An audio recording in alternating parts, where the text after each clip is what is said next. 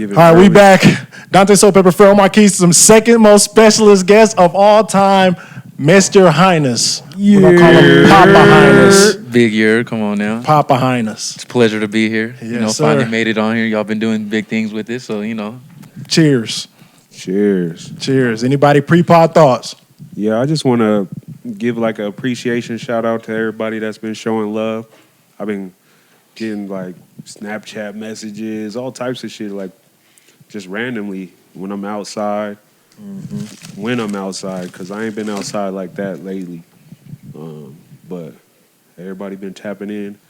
People want to come on the pod, and I'm like, there's a time and place for that. Like we gonna get to it, but we still need.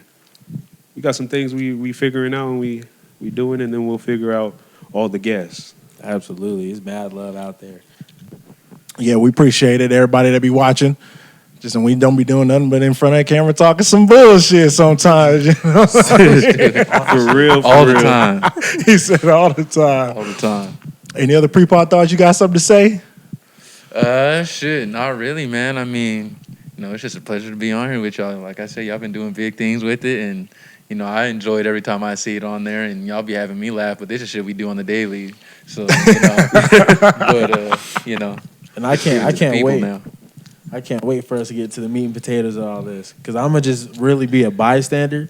Because growing up with y'all, but like not being able to be outside with y'all, is so like it's hilarious hearing all y'all stories, Right. getting those perspectives, me being able to unpack everything. So I don't know this man over here. Over there. This is why y'all gotta stay tuned. It's coming. That man gonna get on his shit. Yeah, man. I lived, like I said, man. I lived a few lives. and I just had a birthday, man. I just had a birthday, Yes, sir. the day after Thanksgiving. This man, Another year, and I'm grateful for it. But it's another I lived a few lives. I could say that for sure. So I got a lot of stories.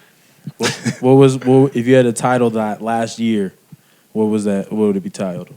30 at 30. Mm-hmm. Shit, I'll probably name it after a Future song, Fuck Up Some Commas, because I fucked up a lot of money last year. I ain't gonna lie, man. That's comedy. You know what I'm saying? And it was like on a topic that we had before where we were talking about black people not prioritizing shit right. Like, we just living. Man, I'm telling you, I fucked up a lot of fucking money. Fucking around. I was buying shoes, 2 and 3 pair every week. Didn't even really have a vehicle. I was Ubering everywhere. Could have bought a vehicle, but didn't. Going to the club, buying tables and shit. Mm-hmm. 2 and 3 sometimes. At the after spot, man, pouring. It was just. You said the spot right there. I was pouring mimosas. I was doing a lot of things out there, man. A lot of things, and it was, man, buying hotels, man. Getting pissed on. yeah. Man. But I already cleared that up. I was asleep. She peed in her sleep, and it got on me. It wasn't like That's crazy. It's like, oh shit, give me a golden shower right now. No. I woke up, the motherfucker was on my jeans and shit. I'm like, what is this? And I thought of a question, right? Yeah. So this happens. How it happened, how you got to that predicament, we can all accept it. Did you shower afterward? When I got home, yeah. Yeah, you don't remember he said he drove all the way home free balling in jeans. I just wanted to make sure, because it would have been a whole different type of sickness for this nigga if he had took a shower and then put them jeans back on. Well, was it? I was in I slept in my drawers. So the jeans was off to the side of the bed. They wasn't wet. But I had got Sprite on my jeans, but they had dried by then. So you free balling in Sprite stained jeans. Yep, flare ones. The flare What a bottom night. joint. We had a topic on here where it was Apple Music / Spotify yearly wrap ups. Yeah, did y'all do them? I haven't done mine yet. I do mine all the time. Yeah. We might need yours live then. We might need it live. Do my live shit. Yeah. There's probably a whole bunch of Drake on there. You know, I'm Yeah. light skinned and shit, Yes, light sir. skinned king. Yeah. There's What probably was a whole lot of everybody's Drizzy. number one? I mean, well, Cam, what was your number one? Number one artist was Currency. I don't know how. I really don't know how. But What was your number one? Come on now. Is the man. It's Champagne Poppy. Mine was What too. else? My shit was Drake. It was. Drake actually made my top 5. He was number 3, above Wiz Khalifa even. Shocking. Who was number 2? Larry June. All right, Oh, fair. okay. Yeah. All right. So, Currency, Wiz, and Larry make my top 5 every year, but they always switch around somehow. Larry makes my top 5 every year. But my shit was different this year. Real different. I have Drake at number 1, Babyface Ray at number 2, V's at number 3, Larry at number 4, and Don Toliver at 5. Man. That Don Toliver album took over my soul at the first of the year, man. Yeah, I just started fuck with listening him. to it again. It's I never fire. revisited it, honestly. And Hit. then that Mob, Babyface Ray, that album I was still bleeding into the year with it. Like I was playing that. What is that? What's that song we always talk about, Cam? Where we was talking about Babyface Ray got off in that shit. Pull up, where did you say? Nice guy. Yeah, tired being. I ain't even got to ask, baby, pull up sucking dick. bars. Yeah, that album's hard though. My was dope. And then he put out something else, like the summer vibe shit, and I've been bumping that. I've been on my Detroit shit kind of in that bag. This is on topic but off topic. What do y'all think of Scary Hours? This new one. Yep. I liked it, but it was just as messy. But it gave me some actual rhyming. Like I was listening to it, and I'm actually like, oh shit, bars. Yeah, there's a lot of more rap shit on it. Instead Yeah, of I just felt like it was the bar heavy. bullshit he be spitting out for all the youngins. He got mad. He got bullied into it, which I'm okay with. Yeah, facts. But hey, he gave it nonetheless. So I'm definitely glad it was short though, because it was right to the point. Because as much as I started like listening to it, the more I listen to it, the more I appreciate Drake for who he is now. oh, for sure. Because it's like music, and as much as he does like the rap shit, it's not him anymore. Yeah. Like I don't want to hear him trying to get in his J. Cole bag for 15, 17 songs. I don't need that. He can't do no wrong in my eyes, damn near. So He's just better at making music than everybody. But That's like what- facts. But I'm glad this came out because I think this coming out proves that For All the Dogs was actually some bullshit. Absolutely. I don't know about Oh, that. well, yeah, Nah, Maybe I was I already know I don't Pharaoh know was about that wrong. one, Absolutely. but what I will say is I feel like For All the Dogs have better beats, a lot better beats, and I replay that way more than I play Scary Hours. it's not a beat on For All the Dogs better than Red Button. And I even think the outro, that Fuck My Ex bullshit, Yeah. that beat was crazy. And to be honest, that's probably a better single than every single that was on For All the Dogs. Oh, extreme You said which facts. one? The Fuck My Ex one at the end. Oh yeah. That's extreme facts. I'm telling you, him dropping this proved that For All the Dogs was some bullshit. Because on For All the Dogs, he was just doing some bullshit, saying some bullshit. Yeah. When this came out, I was like, this sounds like a focused artist. honestly. It's like he said, it's What- like he kind of got bullied into it. I feel like because motherfuckers was talking all that shit about him, and Because he You know- couldn't fool us. yeah, He couldn't fool us with the bullshit. Like people wanted more, and then he came out with that, and it was like, oh yeah, this is that Drizzy that I was real gonna just ask- lyrically spitting Drizzy. I was going to ask, like, what artists at their peak you think had, like, the best peak where nobody could really fuck with them lyrically? You think... I'm going to say, this is, like, just one thing, is Kanye West on Dark Twisted Fantasies. When he was rapping, I don't know if Drake is fucking with him when he's rapping at that caliber. I want to agree, but I know Sci-Hi wrote a good portion of those verses. So, like, I want to agree, but I can't.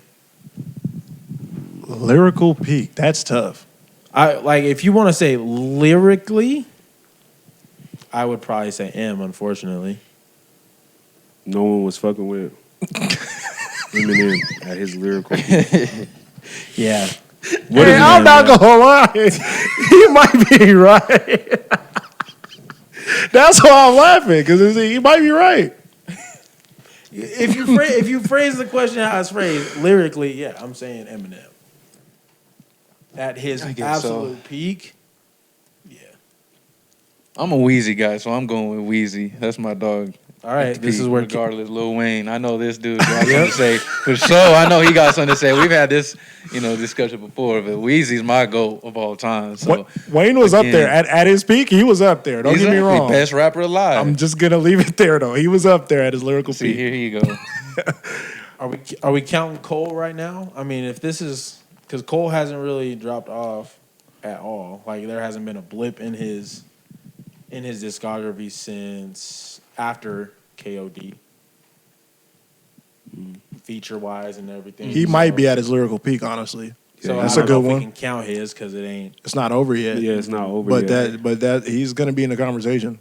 Yeah, I heard Middle Child the other day too, and I was like, damn, I forgot how hard this song was. Yeah,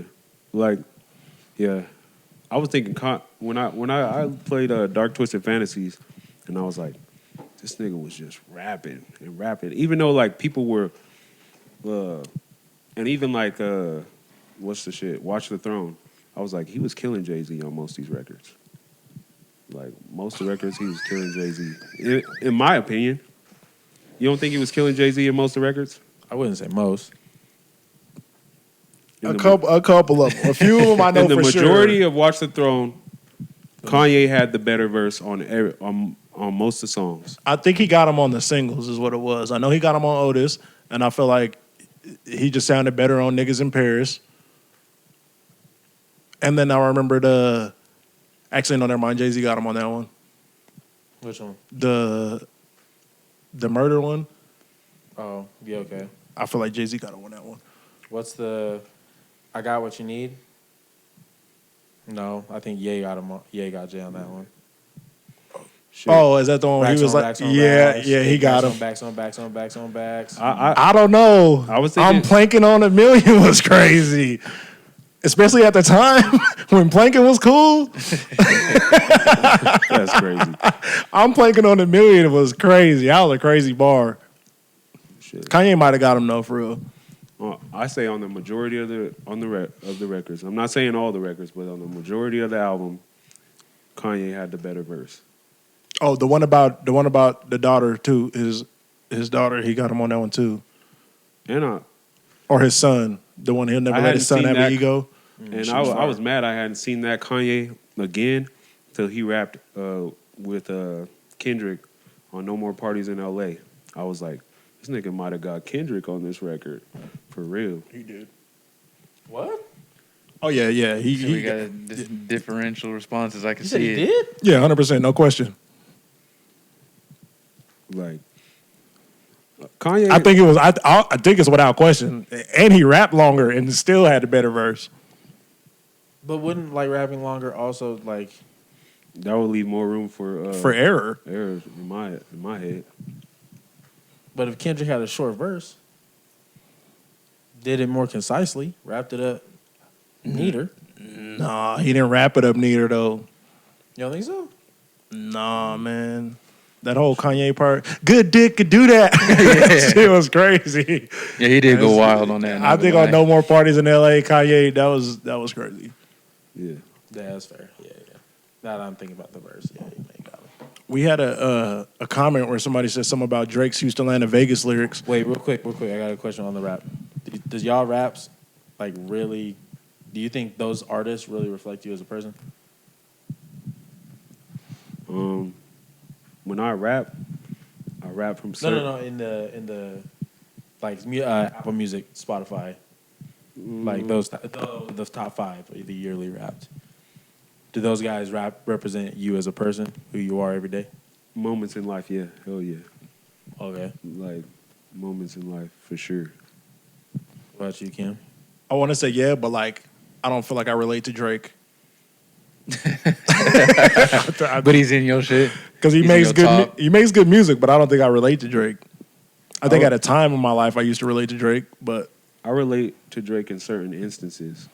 And like I'll replay a song of Drake's, like, so I think that's why he gets so much play, because I'll be like, when that come and rescue. And I was like, hey, I was playing that back to back to back to back. So he gets ran. That's how his number one is because he'll have a song where I'm like, oh, this is that shit. Yeah, but It I won't don't be know if like that's a- relatable Yeah, to that's- me that's- specifically though.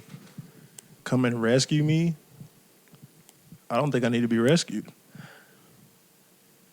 But that's why Like, that's why I for think the women. that's why I to think come his get music is rescued. childish still. Because if I was 22, I for sure would have been getting that off in chicks' text messages. I'm drunk right now. Come and rescue me. I for sure would have been getting that off. Like, You can get that off now. You shoot that to 45. bro, if He's I already been through it. Yeah. Financially He's ready stable. To, yeah, facts. man, if y'all ever hear me talk Go ahead, about Cam. come and rescue me, dog, like that's crazy. Come and rescue me. The gangy left me. Like, no, that's what I'm saying. I don't feel like I relate to Drake no more. But his music is just that good. Even the trash shit is good. So like, you know what I mean? Like you said, he just makes better music. He knows how to put that good shit out. he used to relate to fucking fans.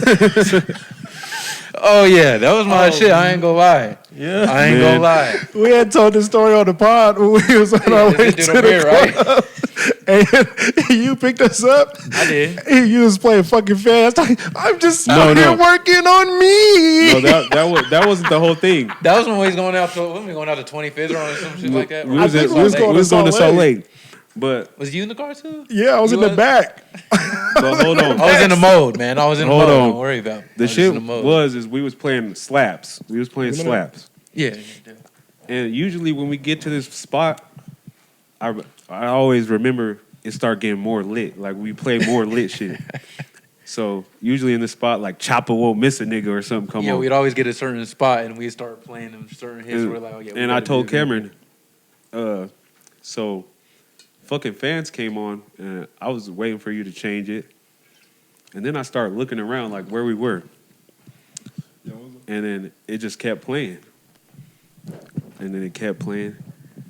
And then I was like, nigga, are we really gonna play this shit? I had to say something like, I don't What are you recall it going being through? exactly like that, but if y'all recall it like that, Yeah, like, I was looking around. I can't get a. because like when we hit this certain spot in Bountiful where you pass like the refineries and shit, it start going to Playboy Cardi or something. That shit just start turning up. Yeah, I just start hearing, I'm just working on me. yeah. We would play that the trippy, the Ferris wheel. Yeah, and so when I heard that one, I'm starting. Are you sure we weren't coming home? Maybe that was No, on the way home. we were going Nah, there. see, we Going there. had to have been going That's what I knew. I You know, remember- that late night drive, you faded, whatever. Ain't no way I was doing that on No, the way it there. was No, there. I was on the way there because I Yeah, remember I mean, Niggas was I looking can't- around like, hey, is this like 600? because Nah, I can't agree. And with that's that when one. I knew can't he do was that out the game. I said, man, he didn't hook up to Jersey now. Like, what the fuck is going on, man? I just remember being in the back seat and like, because the album had just came out, so Right. like I really wasn't complaining, but in my head I was like, "Yo, we about to go to the club, and this is what we listening to."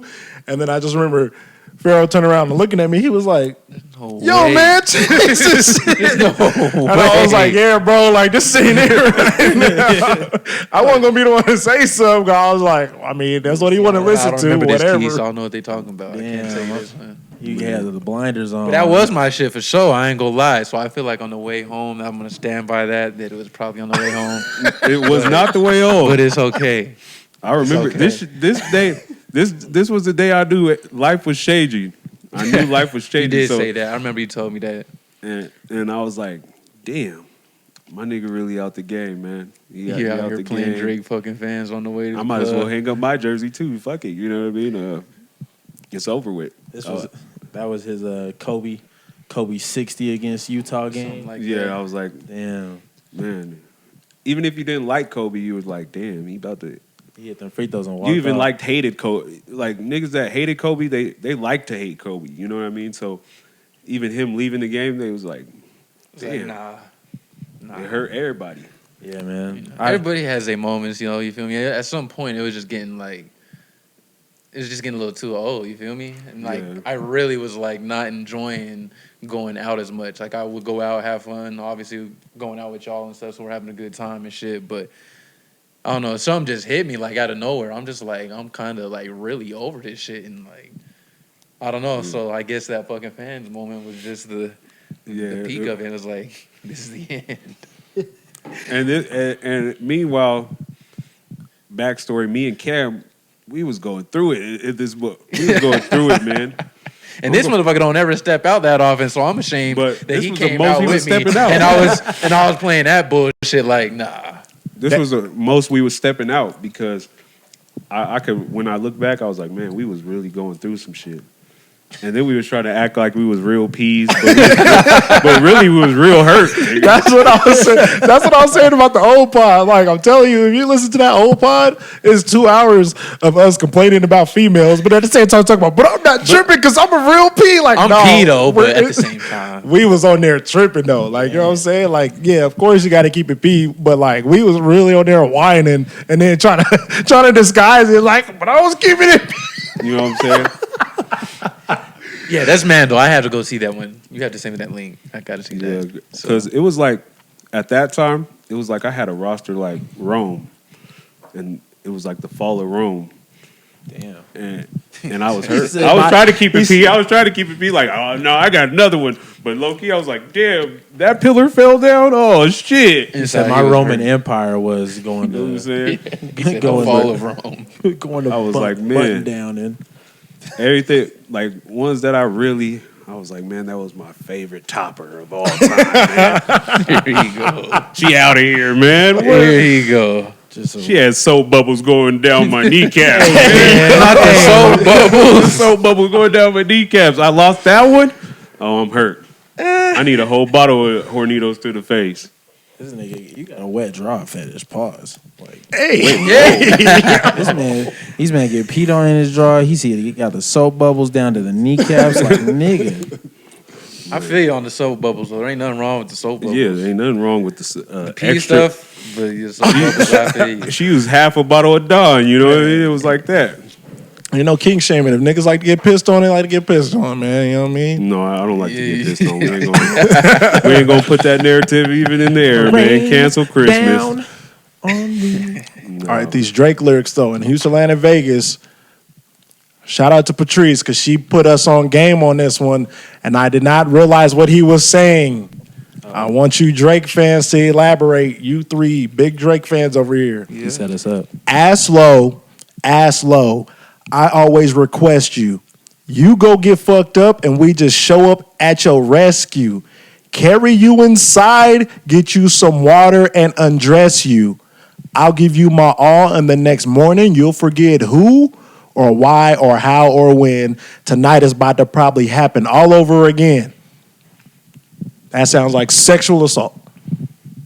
Does it? Yep. Have you? It's undressing drunk women.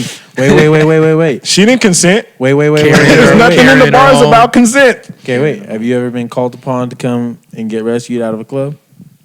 Did By you a send that homegirl text? or a girlfriend? Nah. No. My chicks ain't gonna be in the club without me. What she talking about? If she was still in the club, then hey, So you police your relationships. You don't let them do. You don't You let a them have probation wild officer? outside. They I'm can not have saying girls' that. night. They could have That's girls. what it is. They Got could you. have girls' night, but Plus you know what I'm Kim. saying. You go out to girls' night, and if I gotta come show up at your rescue, then we got a bigger problem. You gonna break up with her and leave her there? They ain't that kind of a good thing. She coming. If you got to come rescue her, at least you know. Why are She you wants out? you to come Why are you rescue her. outside being irresponsible? Or No, what if- I 100%. Wait, what if feel you- you So on she that. ain't. So just because you can't sing the "Come and Rescue Me," she can't either. That's not what I'm saying though. I'm saying like if you knew you had to come home, why are you so drunk that somebody got to come carry you out the spot? Who said she was drunk? Then what? Then what is? Then, What if okay, she then rode? is What it? if she rode with her homegirl? She in a sticky situation. She said, "Hey, come and rescue me." That's different. And then when you pick her up, then she is a little tipsy, but little tipsy drunk. But at least she recognized she was in a sticky situation. You get there, it's a sticky situation. Yeah, you had Then to what you finish a doing? game of Madden. That's different. That's You way gonna be different. you gonna be mad. It's just No, I'm not gonna be mad. It's not the same thing. if she because but if she fucked up, and why she doesn't? But why doesn't she remember the next morning why or how or when? Cam, you ain't never been fucked up to the point where you ain't remember none. No, I remember most of it. Okay. I got to piece it together. But she said he said you'll forget who or why or how or when.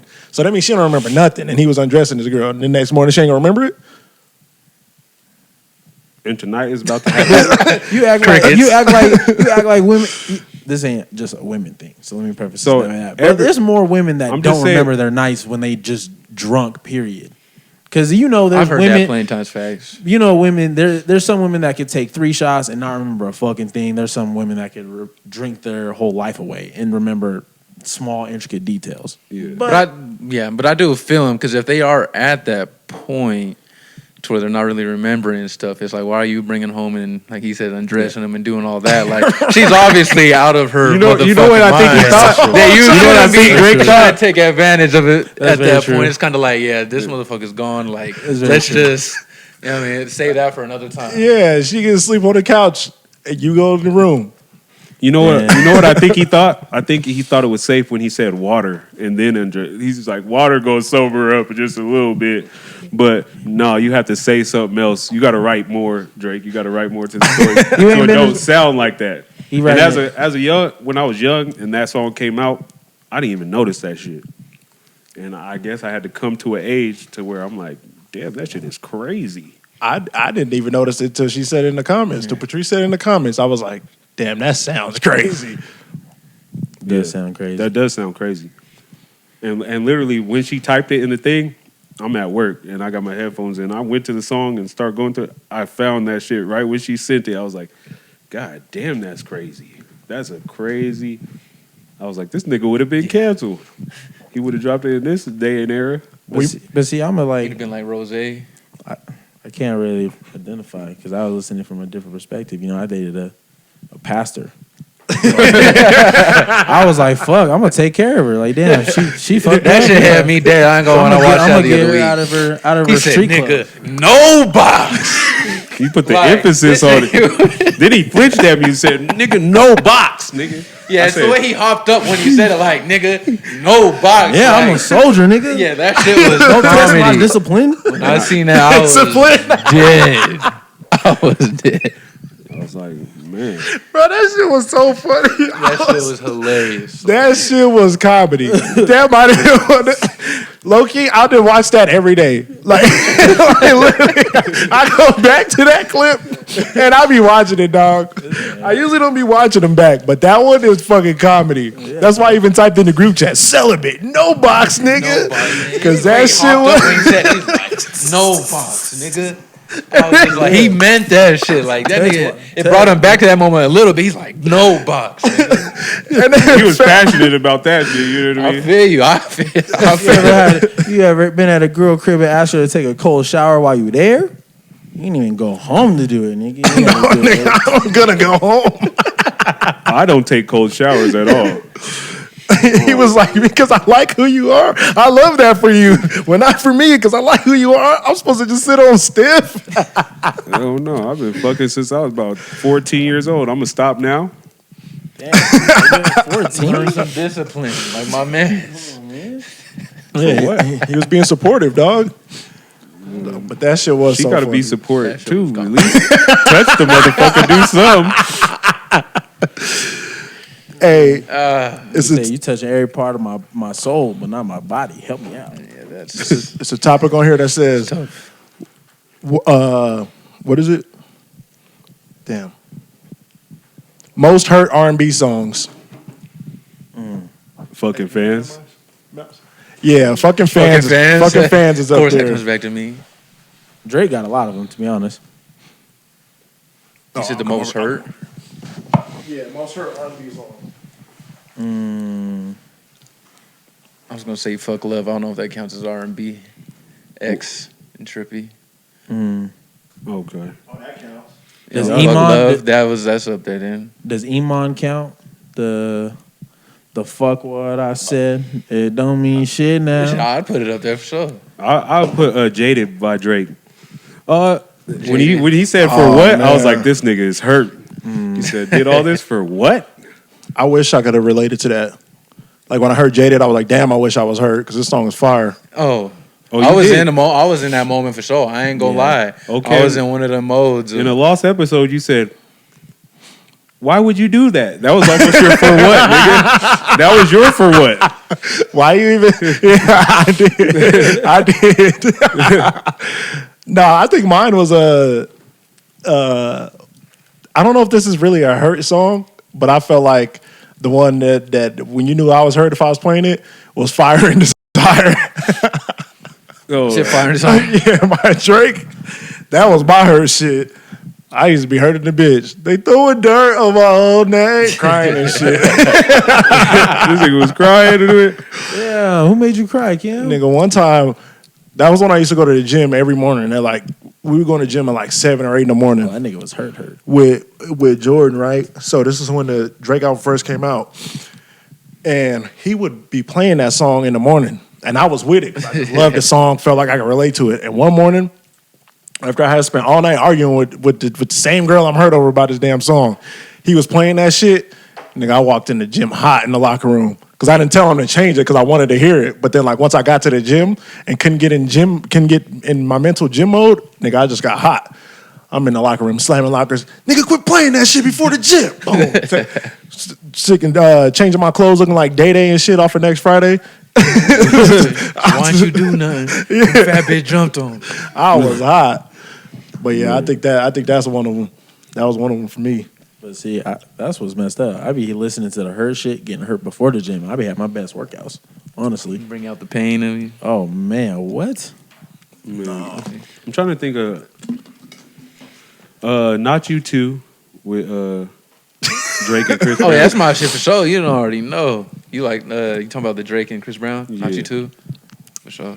Drake has probably some of the top ones, but there's more artists. There's I just some can't by the remember. weekend I think of the Call Out My Name and the Wasted Times. Oh, yeah. I'm telling you, I was going through it in that time. I think I broke up with my ex, I think, around that time and shit. And like when that album came out, that shit was just because he pretty much wrote that shit about like Selena, right? That's when he broke up with Selena Gomez. Yep. So we was going through the same shit. That Call Out My Name and that Wasted Times, boy, I tell you, it was top tier. You know what another hurt song was? This is about to sound crazy. Oh, here you go. First Take by Travis Scott and Bryson Tiller. I used to You was hurt by that? hell I feel like that yeah. kind of uplift my spirits a little bit. I don't know. I used to be, this love won't grow unless we find growth. I used to be screaming that shit in my car. I didn't think that was hurt, but Yeah, I, that hurt me. I used That to feel hurt. that gave me a different Lil vibe. mama, I still ain't heard from you, lil mama. Nah, that was my that is shit. the part right there. That is, and that whole Free Black album, the first Free Black album, and Oh, Party yeah, Next that Door shit. 2, and Party Next Door 3. oh, I was finna say, Yeah, of course, when party. when I'm really hurt, you gonna hear Spiteful play. Don't be spiteful. Like, and what's the one shit? I'm trying to think of. It's on P2 or no P3. It's on P3. My shit was P3, is that- Problems and Selfless. Oh yeah, that's the one. When it turns to selfless, and he's like selfless. I remember one time, nigga, I was going through it. I'm driving in Roy, and you know where the train tracks is. and the little shit came down, I was like, "Fuck!" And then it said selfless, and I almost started crying, nigga. I started thugging it. I put my fucking hand on my fucking forehead, and I was like, "These bitches got a hold on my heart, nigga. I don't know how this shit Yeah, going." you in a chokehold. I even think Nobody off that album is like upbeat and fun as that song sounds. Oh yeah. I just used to be sad as fuck listening to that song. I'm gonna listen to that album tomorrow. That shit has had some good times. Oh, and there's some Joe Budden songs too. Not even R&B, Oh, but man. like there's some Joe Budden songs that I'll play when I'm like going through it. And I'm like, I need Josh on this pod. When Josh get on this pod, I'll tell the story about how I was at his house listening to Ordinary Love Shit 4. That shit was Yeah. comedy. that's one of them. And then one day I just sent it to him and I was like, yo, you remember when I was at your house hurt listening to this shit? Yeah. Yeah, I'd like to tell that story. Josh got to be on for that. That's a discography I wish I actually got into. Was the Joe Budden ones. That All Love Lost album too. I remember Love For You. And this was one song called Love I'm Good. Man. Even This Wale shit got a go couple crazy. that I'll listen to. Like, Thirsty. Yeah. Thirsty remix that he's on with Party. Oh, yeah. Right there. That used to be my shit for sure too. I was thinking of I was listening to Wild Ass Crazy on the way over here. That was been hitting all day through the rain, listening to all them tracks. Cause he be making some of the best like sad, depressed music, but he is also one of the most sad and depressed artists ever. You talking about? Wale. That Yeah. Wild Ass Crazy album. That he had that joint with Lil Durk. I Only Gave You My Heart, You man. Ain't Protected.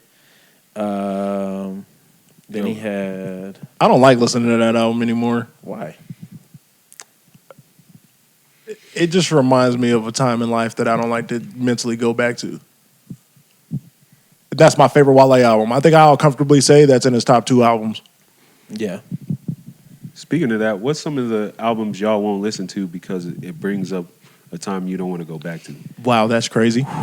I'm telling you, that's my shit. That album's fire. gonna get killed for it, but I don't listen to anything from. I don't even know what the album is called, but that Mario album with "Let Me Love You." Turning Point. Yep, can't listen to any of this shit. How Do I Breathe? Nope. I'm not. Nope.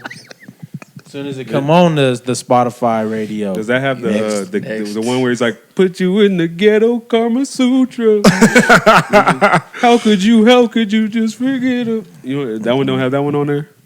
I don't even know what song that is. So if it is on there, I would know it. Oh, okay. What about you, Thad? What? I don't think there's anything that I can't listen to. Like there's nothing like you're saying. We all over here talking about all this downshift. There'll be times I might want to go and listen to that album that I don't like get my vibes back in that mode of when I was down and shit. That's what we're talking about. Is like if I'm going in the shower and I just want to vibe out to some shit, I'll still listen to it there. But I don't think there's nothing that I would just I won't listen to. There ain't nothing. You're a strong man. I'm a strong man. Get through it. That's what I say. I'll be strong in the shower when I'm in there listening to the songs all hurt and shit there by myself if I want to. And then get out and it's like, all right, got that out your system. Get right back to it. That hurt come out and he wash it right off. You feel me? You don't sit in it too long. Yeah. I'm trying to think. Back to it. I'm trying to think of one. Like, I think it's more songs, but I'll still even listen to the songs and get in that mode. I'll be like, damn. I'll just be damn, like shaking my head the whole time, like, damn. But I don't think there's nothing I actually just don't listen to.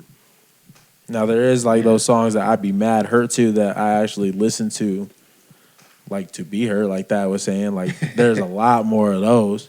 You want to go here, you want to feel that pain again and bring it back, and then all right.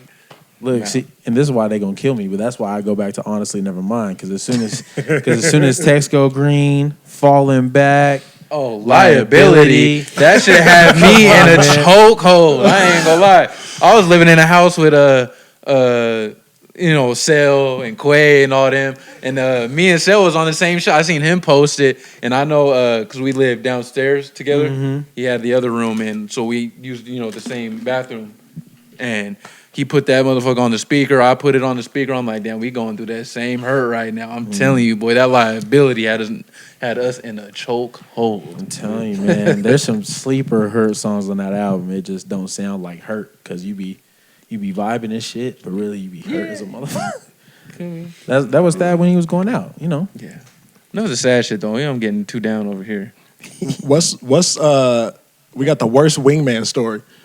Me and Farrell was talking about this. The worst wingman story? Yeah. Or like, even if you don't have a specific story, I'll bleep the names out. Who is your worst wingman? Either you can tell a story or tell who your worst wingman is. Okay. I'll tell a story.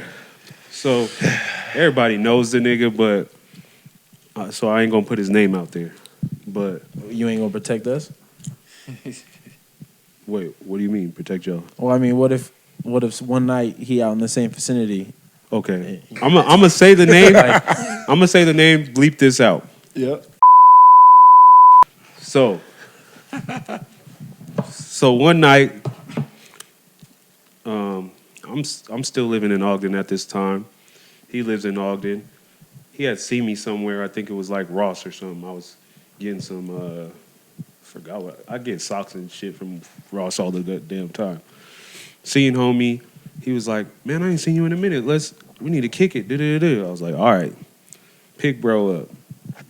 Later that night after I get dressed and whatever, we go to 25th Street. We find two friends. It's all cool. Like we go back to the crib. We drinking, partying, whatever. I go upstairs with my piece. We doing the whole little thing. Doo-doo-doo. Probably like 45 minutes into the foreplay area. You know, I'm going to just say I had socks on in this motherfucker.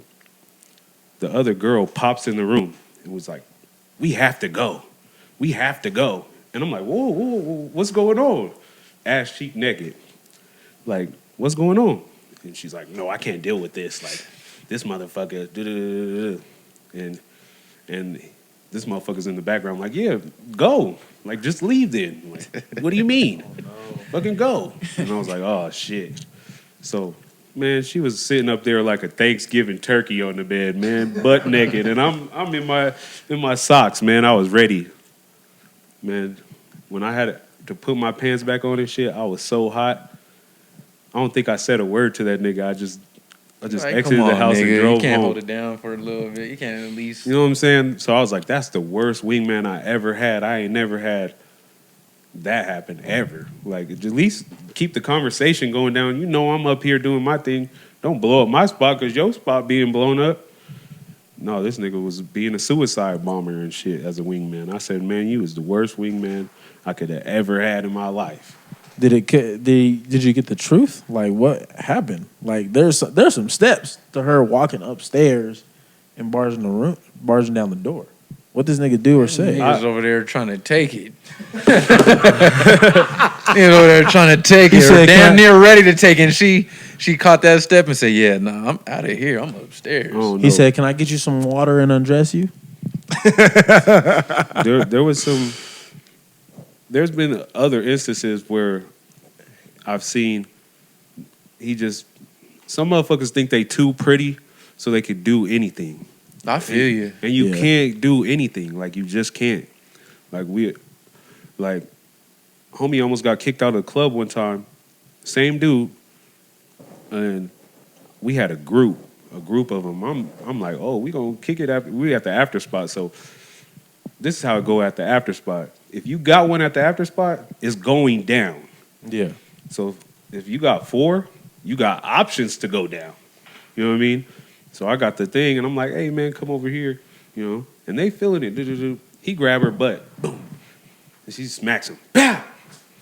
I'm like, man, you just think you too pretty that you could just get away with anything. Like, just be smooth, keep it player, and you gonna get that. This is about to sound mad gay, but them pretty niggas will take booty before an ugly nigga.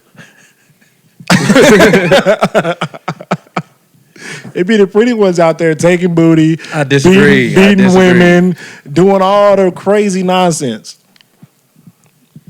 Damn, way to generalize the population, nigga. Damn. I'm not saying all of them, but I'm just saying, like, I bet statistically, it be them cute ass niggas paws that be out there taking booty and beating women. I mean, I hear you, but I don't hear you. PSA, fellas. Pretty privilege only applies when you got boobs and a vagina. It don't apply to men. Facts. Pretty privilege is not a thing for me. It gets, like, we get some things just based off the fact we be handsome sometimes, but it's very minuscule shit. He'd be like, oh, yeah, this meal's on me. Oh, one meal out of the, like, 100 times I've been in this same spot. Thank you. I appreciate it. I'd rather you trick on, even be a trick, than rather than just, you know, just think you's just so motherfucking, like, nigga, that shit's out. Nigga, stop twerking your pecs and shit, nigga. That shit ain't gonna work. Nigga still do that. I mean, it ain't tricking if you got it. You feel me? T-Pain said that forever ago. It ain't tricking if you got it, nigga. But that shit is not working, though. Like, it worked you for do all that, and then when they don't like it, you're like, you get hot. You look weird as shit. Yeah. A little bit, too. It's like, what the fuck? This motherfucker think he got it like that. He could just do, like, this outlandish shit, and it's just gonna be good. It's like, nah, nigga, like, come on now. And it's funny, too, because, like, a lot of dudes who can't talk to women or, like, don't get no women just think how you was, like, flexing your pecs and shit. A lot of these buff dudes think just because they're buff, they can get women now. Like, no, nigga, now you're just a buff weirdo. Like, you still got to learn how to talk to a girl. Like, you still got to have a personality. Like, now you're just buffing weird. Yeah. Like, just because you're like certain rich niggas walk in the room and they be like, oh, this is Van Cleef and this is this and this is this. Well, you're still a fucking weirdo in a $2,000 outfit, nigga. Yeah, Yeah, those things will get the attention. Like the money and the shit you see, they'll get you the attention. The buffness, you might get the attention. But once you start acting weird, the bitches is like, oh, hell no. Like, this nigga is a goofy. Like, Yeah, you gotta be that nigga. Like, still gotta have some that's game. why when a nigga like that's really that nigga, he get it. It be like a motherfucking tidal wave going through that shit, and the niggas be hating. The little weirdo niggas be in the corner hating like, man, I wanted that bitch tonight. Well, nigga, wait your turn, weird nigga. That's why them weird niggas used to always try to fight that outside. Damn. Who was trying to fight me? I'm cool with everybody. You know what I'm saying? I Sometimes know there was some instances for sure, but it's just like, even with me, like, I'm a bigger nigga and shit. You know what I'm saying? My hairline ain't perfect. Everything, but I could talk. I got the gift of gab. So some niggas just hate on me because they be like, oh, that nigga isn't like that. That nigga, you don't know me, nigga. I'm going to just put a PSA. You don't know me, nigga. And one night I might have your baby mom looking like a Thanksgiving turkey too. I'm that nigga. You know what I mean? Ladies and all. I'm just saying, y'all just have to just be yourselves. Stop trying to do all the clout shit and do all that shit. some of them is being themselves, and they just weirdo motherfuckers. Yeah, so they for just real. If you a weirdo, they don't got it like that. So it's just Well, don't hate on the niggas that got it then. But yeah, definitely don't hate for damn sure. You got a worst wingman story? Or who's your worst I wingman? can't even think off rip, honestly. Like, You didn't need wingman. you don't. Yeah, He didn't need I'm straight wingman. to it. You feel me? He didn't need My wingman. wingman. Hey, I'm gonna be good over here regardless. Hopefully, you doing well out there enough. That man. We gonna be over here doing what we doing regardless. So like, hopefully, you on that side getting yours. That man. This man. Because I I'm gonna be can't over help here you. getting mine. I can't do everything for you. I can just take you to the spot. Yeah, no, for sure. I'll take you to the spot. She got a friend. She got this and that. Like, we gonna be over here. Hopefully, you can maneuver and get your shit right over here. Cause Yeah, he You gonna know. set you up for the assist, but you gotta shoot the basket yourself. yeah, You I'll know what I throw mean? up the alley, nigga. You gotta slam it, nigga. This Yeah. man, that is LeBron for real. He either LeBron or he Bradley Beal. It ain't no in between. It's either I'm gonna carry you to the promised land and we gonna get this championship, or it's nigga, I'm gonna have 30. I'm 30. Yeah, I'm going up to 30 regardless. Good. I'm gonna say it like this: a real player, when you in a group of players, you gonna know. You ain't even gotta see your homie. You gonna know where he at because you know how he maneuver. You know his whole game. Like, I remember Cam had went out. Sniper and Cam. I ain't see him. Sniper Cam. I ain't see him for a minute. And then I was like, you know where I know he's at? He's with one. He's shooting. That nigga is Mark Wahlberg. He's the shooter. You know what I mean? Mark Wahlberg. He in the corner. But he gonna be tucked off in a little corner with a double IPA talking to a little ear to me. Yeah, I just ain't about to be out in the open doing my thing. That's the whole thing. You know what I'm saying? Mm-hmm. See, y'all niggas is different. I am the wingman, honestly. You know what I'm saying? I'm the best. I'm the best second option ever. I want to be over You say here. y'all need a Scottie Pippen? I'm right here for it. On me, I do everything that nigga do, except I don't have to go and get him. You just sit on the side. You just gonna get that ring regardless. You're getting 6 Yeah, rings just come by on, being man. with Jordan. Come Hey. on now. He bring him to me. I be chilling. A ring I is know. a ring. I know my job is in this corner, and I'm gonna catch and shoot. With the corner nigga. Shout out Swaggy P. My worst wing. And the only Get on reason your ass. I will bleep it out, but like the only reason he's my worst wingman is because he be mean mugging. Like he be in the like he be out like making himself look like he's unapproachable. Yeah. And I'm just like, yo, like like if you just like change that stance, change that energy, maybe at least put a smile on, like you know what I'm saying. You just go get some pieces, like. But yeah, he's a terrible wingman. Always was. Yeah, you ain't gonna get nowhere by mean mugging. You ain't gonna get no attraction from nothing. Like, who wants to go and talk to this big ass nigga over here who's just like mean mugging niggas and bitches. Like, like what? Like, what are you here for, my nigga? The niggas that holding the beer at the top like this, real tough. Yeah, that's In the back, shit. you be like, damn, nigga, go watch the Steelers game, nigga. Don't be out here, shit. yeah. He's definitely my worst wingman. He always kind of was. I promise you, he always was. Like, I'm not saying he couldn't go do his own thing or like it wasn't successful sometimes, but like I swear he's just still my worst wingman. And let me give the players some shit, like some little secret code. Don't be drinking a lot of beer and shit. That shit make you heavy. It's like, no, don't drink a lot of beer in the club, man. You gotta do the tequila. Get you a Red Bull in between. Wake the game up, man. Don't be on. The beers is for Sunday watching football. Outside, you need some tequila, a little Red Bull, maybe a Sprite, nigga. You know what I mean? But when you start drinking, to each their own. But I hear you. you start drinking that beer and shit, man. And then y'all start acting like it's a football game. And don't be the nigga that turned the light. Don't be the nigga Start talking shit. this nigga ain't like that. Nigga, you didn't have 4 Coronas. You acting like you had a Utes game. Nigga, you act like you tailgating, nigga. You ain't even trying to get a bitch at this I've point. been to tailgate nigga outside. You catch me at the bar on Sunday, I promise you I'm that nigga with 4 beers acting like it's at a tailgate or something. But the thing about Cam is he's always a cool nigga. You got to know who you are and know what you drink. Yeah. That's fair. And a lot of That is niggas fair. don't know who they are and they don't know what they drink.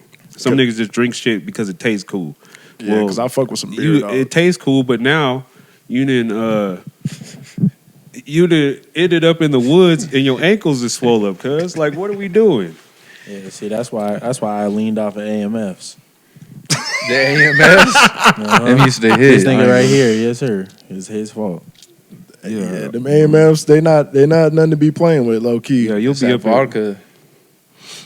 The vodka in general, man, I already knew when I had it a couple times and niggas was starting some shit and I'm not even a combative nigga and I just start saying, nigga, what the fuck are you talking about? Like I just start and then I had to text a nigga and be like, you know what, man, I shouldn't have even talked to you like that, you know what I mean?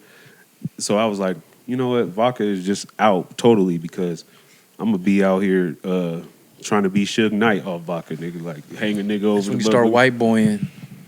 That's Yeah. why. Hashtag white boying. Start drinking vodka. Yeah, you can get white boy wasted, especially them AMFs. You'll get white. You have about 3 of them. You'll be in the car swirling. You ever got so drunk you lay down and you start swirling in the bed? Oh, for damn. It's always gosh. off of vodka. Yeah, That's what I'm I'm saying. saying. Yeah. Facts. It's always off of vodka. Don't do the Facts. vodka. I'd be worse off vodka than I ever was off of like a Four Loko back in Iowa. We Four Locos is dangerous. So, Yeah. Oh boy. those things is dangerous, but The I ain't old never Four- felt like as combative as I have been drinking like 4 shots of vodka. The thing about vodka too is like that's the only liquor that I feel like actually makes me throw up. Facts. I'm Like- right there with you. That's like- when you end up on the toilet. On the toilet, like, damn, I'm never drinking again type shit. It's only when you do vodka. But the last time we had vodka, you remember that when we went to Salt Lake with Brittany and her sister This and all nigga them, was- like this 2.5 nigga- years ago? This nigga was looking like the Predator in the back because he had his dreads was hanging over his face. Not like that Predator. Yeah, Like the nigga. He wasn't looking like Diddy, nigga. He was looking like he was looking like the movie, the helmets that niggas wear when they bike and shit. Bro. And I was like, this nigga is fucked up. Man, they lied and told me that shit was tequila, dog. That shit'll piss me off. And then I drank one. I said, damn, no, it was vodka. And then Shiny was like, oh, they must have gave you the wrong one. Took another one. And then they just started laughing, and I just knew it was vodka after that. So I just took another one. And then next thing I know, nigga, I woke up at home with the way I slept that night. My legs was under the bed, and my head was outside the bed. Like, I didn't even get on the bed. I was sleep under my own bed. That's crazy. Sleep under the bed, nigga. He said, I don't know where a blanket is. I'm gonna just sleep under the bed. Woke up and like called all of them and was just like, yo, where my car at? What? Wait. Oh. You need to be rescued? That's all I was just No, about to I bring didn't need up. to be I'm rescued. Like, We nigga all didn't went out remember there. none of this shit. So, We all you went know. out there together. I think maybe I drove out there or somebody else drove out there. Either way, we was in my car. But somehow we got out there and then we got back. And then he ended up just having my car. I was like, all right, cool. You ain't wonder how, Wonder if someone took why, it. or when No, I knew your what car disappeared. I knew what happened. I just don't remember. I knew we left, but like the car ride from there to home, or even me getting upstairs, getting in the house, I don't remember none of that. Yeah. But I remember why, how. I just don't remember when. You know what I mean? I remember why and how. I don't remember when. Yeah. So you ain't know if someone got you some water. Nobody got you No, water? I know nobody got me no water.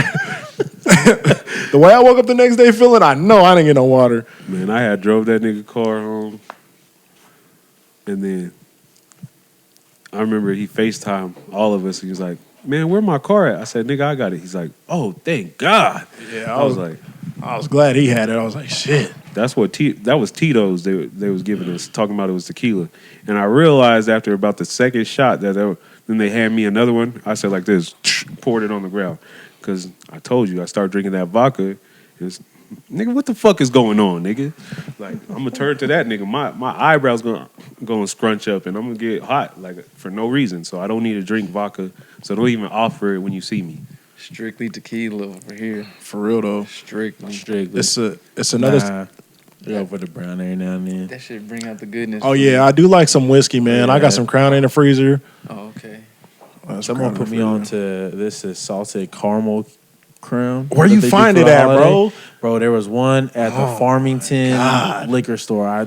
I Farmington be hitting, Bountiful be hitting. That shit. Syracuse be hitting low key too. Syracuse, yeah, it sure do. Yeah, that Syracuse liquor store be popping in there. And then there's one in Harriman. There's one in Harriman over by like the Slim Chicken or whatever that shit is in the Winco. Mm-hmm. That motherfucker is cold, a cold one if you out that way. Man, when you get old enough, it's kind of funny that like you could drink with, you know, people who are like almost like, for lack of a better term, like parenting figures with you. Because the first time I had salted caramel Crown was with Antoine's dad. It was last Thanksgiving. We was all downstairs and he was like, y'all want some of this? And just cracked open the Crown and was just pouring it for us. And I was like, shit, yeah. Yeah, that's That like shit the is fire, coming bro. of age shit. Yeah, like man. it was weird. Like I went to my aunt's birthday party the other day, and she was always the cool aunt, like always my cool aunt. She be smoking and shit, high as shit. And even at her party this year, she trying to hand me some THC gummies. I was like, if I take one of those, I'm gonna be asleep somewhere. Like I don't need to smoke. Like I don't need help going to sleep at all. Mm-hmm. But she was trying to give me some Jello shots, like in some syringes and shit. I said, what's in that? And she's like, vodka. That's the only thing that you can really make. I was like, oh no, don't hand me none of those. Be up in here fighting one of my uncle's friends or something over some dominoes or something. Nigga, what are we talking about? I went and got me a bottle of Don and shit. But it's another topic on here, and these two topics is gonna blend into each other probably. But it's a topic on here that's like, what does outside really do for you? I kind of this topic was for somebody else, but I was like, we can talk about it. Mm-hmm. Like, what do you get out of actually going outside, going to the club and shit? Because we all been there, done it. So for sure. So I'm just like wondering, like, it's the social aspect that's needed, honestly. Like you got your homies that you like can kick it with every day, of course. But like at some point, you want to venture out and see what the rest of the sea is like. This little 10 meters that I got is great, but what else is out there? You bounce shit off of other people, especially when social media ain't real anyway. Fiend for that. Not fiend, but like you want that face-to-face interaction. Mm-hmm. Shit, it could help for like networking and shit. I mean, if you're going out enough, I mean, you're seeing people. We was not outside networking there. Networking, I'm not saying as in I'm networking. I'm saying it we can was making be. some other kind of connections.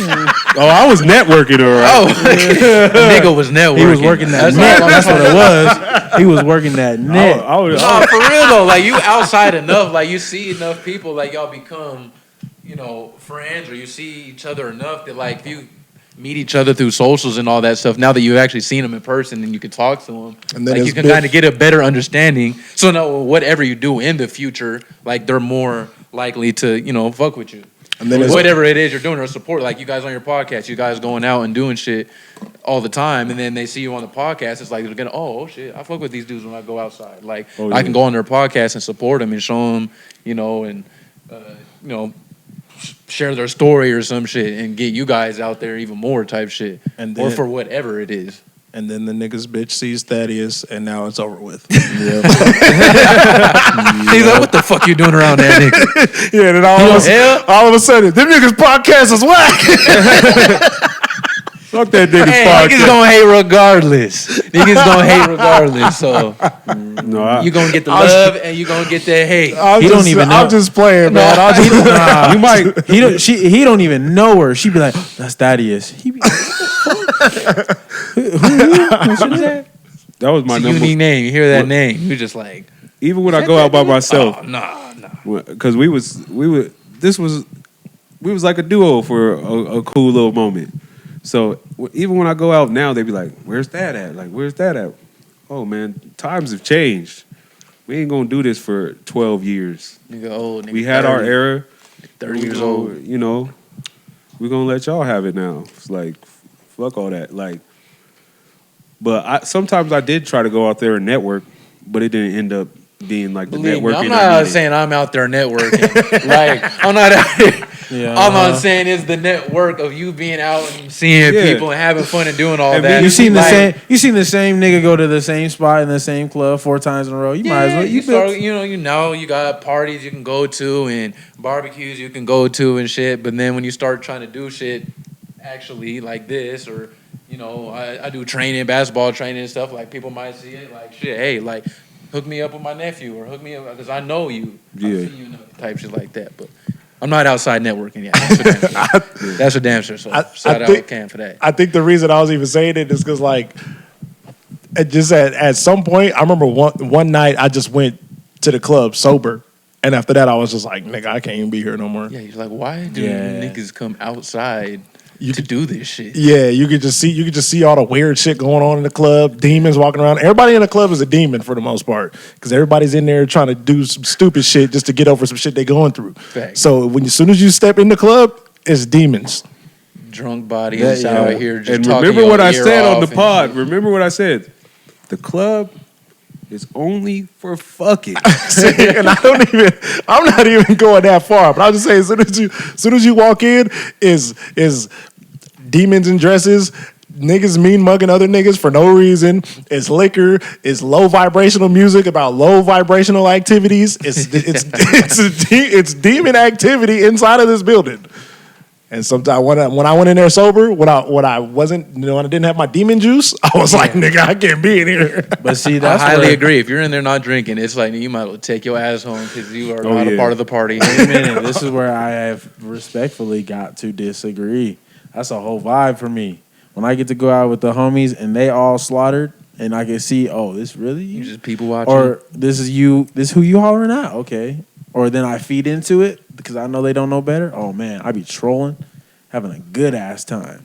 That means You're you better still than on me. demon time.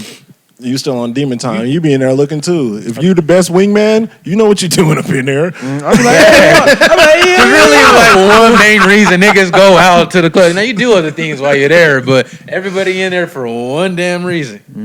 Yeah, man. You know. and if you fumble it, you fumble it. It is what it It is. is what it is. Until the next week. Yeah. But Try again with a different crew. Listen, we gonna watch the film. We gonna recuperate, and we gonna move forward. you know, and I have went out and it was like a celebrate. Like I think like going out now just needs to be like celebratory shit, not just like because I feel like a lot of people go out when they go through a breakup or they going through it. They want to drink and they want to just find a outlet. There's other outlets besides the club and healthier outlets too. But I think now, if I step out, it's gonna be more of a celebratory shit with, you know, someone's birthday or something. Well, like that's that. because you're 30. Nigga. That's what we. That's really what we should have been on though, because I feel like every time we went out there for a celebration, it was lit. Yeah. And that's why I feel like, at least with the homies at Oakmont, like we want to bring back like house parties in a sense, not like these big joints that we used to have up at Weber, but like we're all of age now. We know how to act accordingly. We should know how to do our thing. We can do the same thing we do in the uncontrolled environment and do it in a house like where everybody can feel safe. Where you bring some work or you bring somebody you're suspected to be on, you know, you can do that. and still get turned up and still be all right. Yeah, I feel like there's just different eras. When you in your young 20s and stuff, like you're not out here trying to do all, you're just trying to go outside and have fun and see people and do all that shit all the time, and it's fun, and you keep doing it. But once you get, like he's saying he's saying like now, I mean, niggas 30. Like, we ain't out here trying to go out here all the time. Like, niggas get tired earlier now. Niggas get up fucking, or motherfuckers going out at 11 o'clock and shit. And it's like, damn, like, motherfucker, I'm getting sleepy now at this time. But it used to be like, hey, I'm going out at 12 or 1 o'clock and like I'm going out at this time and having fun with it. But when you get older and used to it, it's just not, it doesn't hit the same. I don't want to say it's not like that shock factor. But it's like, at first, it's like you're naive to it all, and it's just new to you. So you're going out there and you're enjoying it all and soaking all up the attention or whatever it is that you're out there for. But then once you get older, I mean, you've done all that, and it's like, why am I continuing to come out here and do this and see the same people and have that, you don't have that same feeling type shit. Yeah. So the way they categorize the ages, right? So I would assume your rookie years would be 18 to 22. And then you get into your veteran years, which is 22 and on. Hitting your prime or something, and then to your veteran. Right. So when you hit, right before you hit your fucking fan phase, right? Which of those time periods was the best? Them rookie years where you ain't no better, or them years where you got the knowledge and can be more of I mean, it was a mixture for sure when I got the knowledge, because it was. Let's say you in your prime, now you're averaging 30 out here. You're averaging 35, now I'm out here. When you got the knowledge, is I guess it's easier, but I feel like the newness of anything is more fun. Oh, for sure. No, Experimenting pretty much. Realistically, my bad, go ahead. No, you good. Because I was about to say, realistically, if I was like, I don't know, sometimes if I could go back, I probably would have been out of the club and like spend my time more wisely if I would have known that all I get out of it is stories. Yeah, literally. Like realistically, we didn't accomplish it. 100%. Like it's like, I fucked this bitch. I fucked her. So what? Like, what do we really do? I started to kind of read into with all the too. Like I follow Lil Duval, and he is like, he's a comedian, but he keeps shit real blunt and all that, and he shows stuff of like drug dealers and stuff, like niggas who are 40 or 50 and still gangbanging, and all they got now is stories about how they used to shoot niggas and kill niggas and do all this shit. And it's like, nigga, that's all you live for now? That's all you have to look back on? Like, you didn't want to get some money, get into some business, and have some shit now that you're 40 and 50, you have a family or you have a house and you can take vacations and do all that stuff. Like, you could have used that time wisely. Because now all you got is stories, and niggas don't give a damn about hearing your motherfucking war stories. Yeah. Or you're 40 and 50, how you used to fuck all these bitches. It's like, nigga, we don't care. Like, that's cool that you did that and all, but it's like, that's what you got to show for it like, after all that time? You talking about my homie mom. Like, don't tell me them stories. Like, that was like a mother figure to me. Yeah, it's like, hey, nigga, I want to hear that shit. Y'all been to the family where you didn't have that uncle that was the player back in the day. Like, man, when I was out here, man, I had 2 or 3 of them in the hot tub, twirling up. Uncle over there too. Yeah, sometimes it's funny. It is funny, but that's all it is. I'm just saying, like, there's better shit to do. There is better shit to do. But to your question, I think my favorite part of it, I think I was a rookie because I started going to the club early, like 18, 19. We won't even really talk about that, but yeah, 18, 19. Niggas pulling up the bogeys. Yeah, you know what I mean? I'm hopping over the fence over there. And then I think probably when I was about 23, 24, like when I really started learning, that shit was treacherous outside.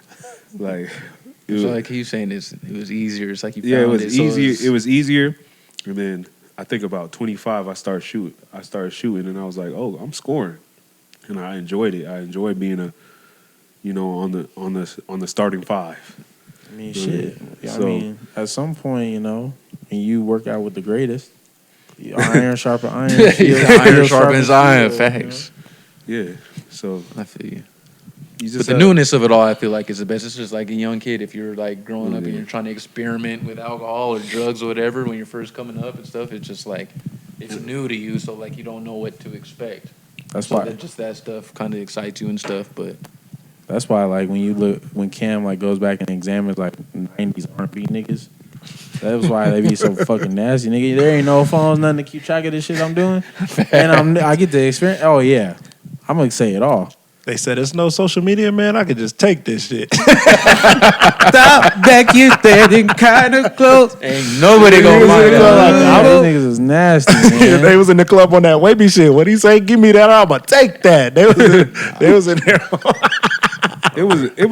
I could say like that was a different era of club too, because like Oh yeah, when you got Uncle Luke and shit playing Freak Yeah. Me, Oh, that shit for you sure. know what I mean? yeah. It was the strip club at a concert. I know what I bet like sometimes I wish that we was this age or like young adults in like the early 2000s, because I bet when like Back That Ass Up used to come on, I bet you they used to go crazy. Bruh, it still go crazy now, but in the prime years, Yeah. like, bruh, Yeah, It would be like that's how unexplainable. it would be like how y'all talk about Mo Bamba and Buzz Down Tatiana, but like Oh, but yeah, like that's times what's in 50. my head, yeah. But like times 50 though, Facts. because like the girls liked it. Yeah, see, it'd have been. You know how many videos I would have been in by now? I'd have been in. Marquise would have just been He would've been behind them all. I'm telling you, I'd have been a producer, nigga. He would have been behind them all. Girl, you working with some magic. Behind the next one every time. Nigga, what? It's another one over here. Oh, my bad. Go ahead. No, I was gonna make a joke. Go ahead. Yeah, go No, ahead. no. We need a joke. No, we No. need a joke. No, you don't want me to make the joke. You be mad when I be making the joke. No, go ahead. I'm with it. Oh, I'm saying, listen, I'd have had a lucrative career making videos. Because I'd have taken all my knowledge from the early 2000s and I brought that shit right to her doorstep on OnlyFans. Nigga was waiting for Nigga, I'd have been helping her. Top 1%, nigga, we'd have been the top like 0.2%. Nigga was waiting for to be in the club. Oh, man. Come on, man. Hey, but I'ma you cut that out. telling on your cousin, man. You about to write on your neighbor. Yeah, you know- going on a spree right now. Hey, you know me and Dad, we turned over a new leaf. So as he hit 30, we was like, nigga, we about to start snitching, nigga. Start to tell. That's what this camera for.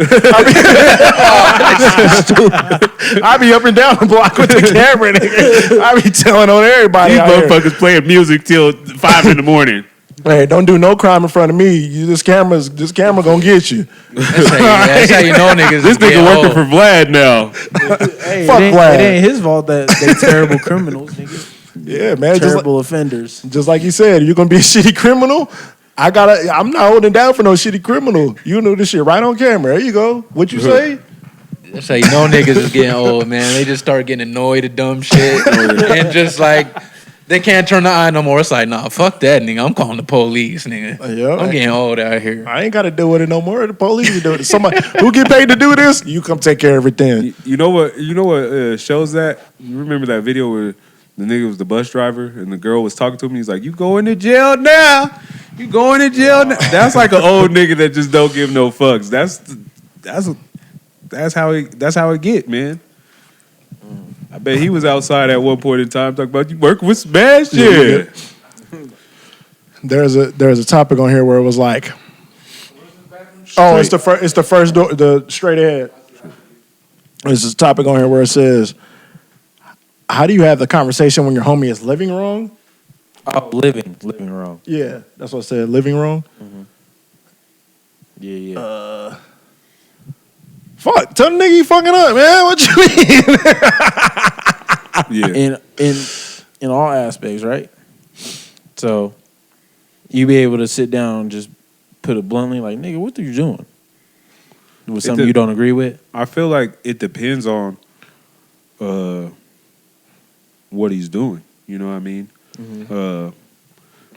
In a lot of ways, like, I learned not to get into people's relationships too much unless they want you to be in their, like, because if you say you're dating a chick, I know what she's doing, but if I blow up the spot and you just spin back around and get back to her, now she knows I blew up the spot and she hate me, and y'all together and that even hinders the friendship. You know what I mean? Should it? Oh yeah, definitely. Should it? No. Would it? Probably. I've had instances where I've had friends and I've told them about what their girl was doing or something, and they break up. They get back together. The girl knows that I kind of was like, nigga, you should, watch yourself. So now the girl is talking about, now I'm the bad guy, and they're back together, and we ain't friends like we used to be friends. So like certain shit, like I've learned, like stay out of people's relationships unless they bring it to you. And then like, if a nigga's fucking up, you could just tell him. But if it's kind of like, nigga, you're a grown ass man. You either take it and run with it, or you don't take it and you do the same shit.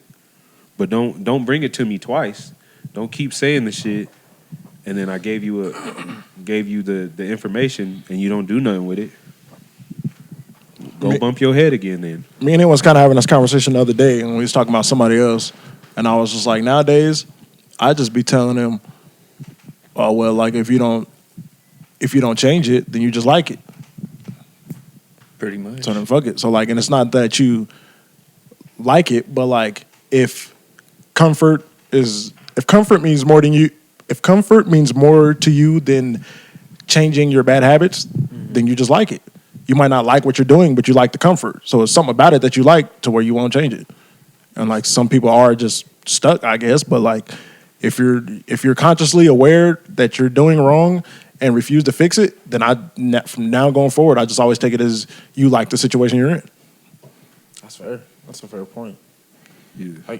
I get. Okay. Then let me also preface: we're all faithful men in here, of course. Absolutely. Absolutely. Black men don't cheat. Like we not black doubting men none of never that. cheat. But we've been in instances we've had to grow from relationships of friendships where they may have or you may have witnessed cheating going on. Would you blow up the spot then if it's your homie that's cheating? Nah, I feel like If it were to him, not blow up the spot, but like, I guess in a form y'all would probably see it as dirty macking. But You telling the girl? No, yeah, not I at see. all. Yeah, No. yeah, We ain't But never do no, that. we Yeah, never I do can that. never go I against the would never grain do like that. that. I wouldn't do that. Unfortunately. I would. But like you seen certain relationships where like you see this girl is really good for your homie. You ain't never seen your homie do half the shit he doing now or be as well in a spot as he has without her.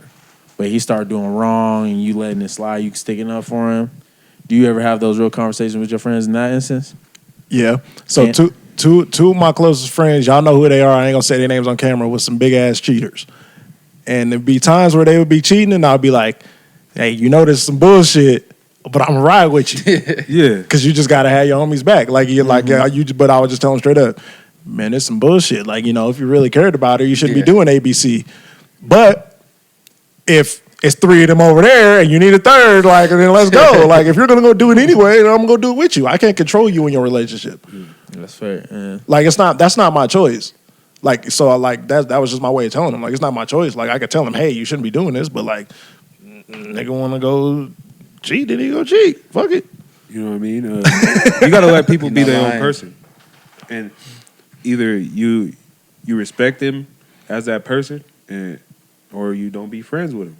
Like you can't be the police and be like, oh nigga, no, and try to no. Yeah, hell no. You give them the options. Like you could give them like, man, it's cool over there. It's real cool over there. Don't fuck it up. And if he want to do that, then he did it. And that's regardless, win, lose, or draw, I'm with you. But I also think like, in that instance, like I feel like everybody goes through shit in their relationship that people don't see. That's what I was about to say. And next. so like and that's the aspect I even talk about. Like if I see the girl doing something, I'm not gonna bring it to my nigga, and then he brings it to the girl. She knows it's me, and then the whole shit blows up. Boom, and then they back together, and then now me and him ain't cool because she didn't think I'm the bad guy. You know what I mean? So just stay out of it unless they bring you in it. You know what I mean? Mm-hmm. That's how I even approach it. Is like, don't let people, because you don't even see, you see maybe 30% of some people's relationships. You don't live with them.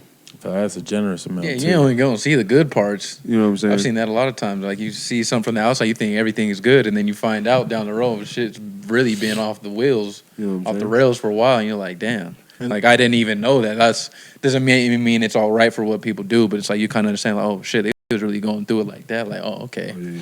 And to keep it a hot buck about relationships too, as a community, men and women, or men and man, woman and woman, whatever you like, we got to do a better job at like sharing positives in our situations. Like, you know what I'm saying?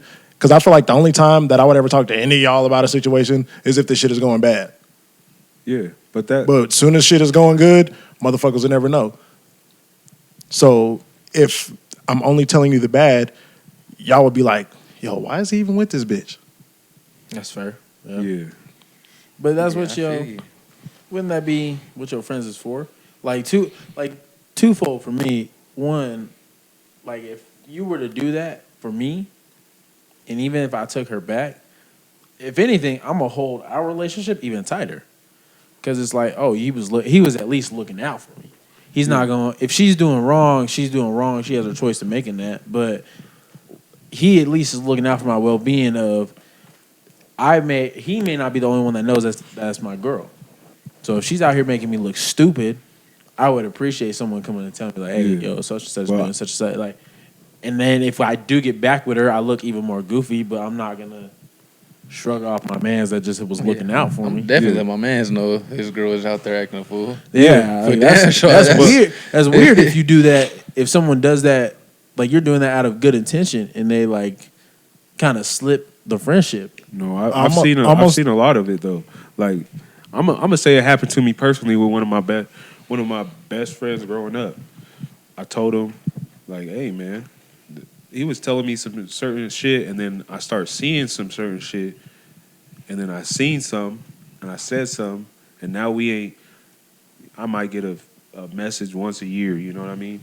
And we was like I used to be damn near family. Every family function, like it used to go up, but it was like, he would say some shit like, oh, she get calls at like 3 a.m, and then she says it's like, I was like, I'm looking at it like, nigga, I've been outside. I know what that means. You getting calls. Nobody called 2 and 3 times in the early morning. Like, only certain calls come in at 2 o'clock in the morning. And they ain't always happening every night, just getting called.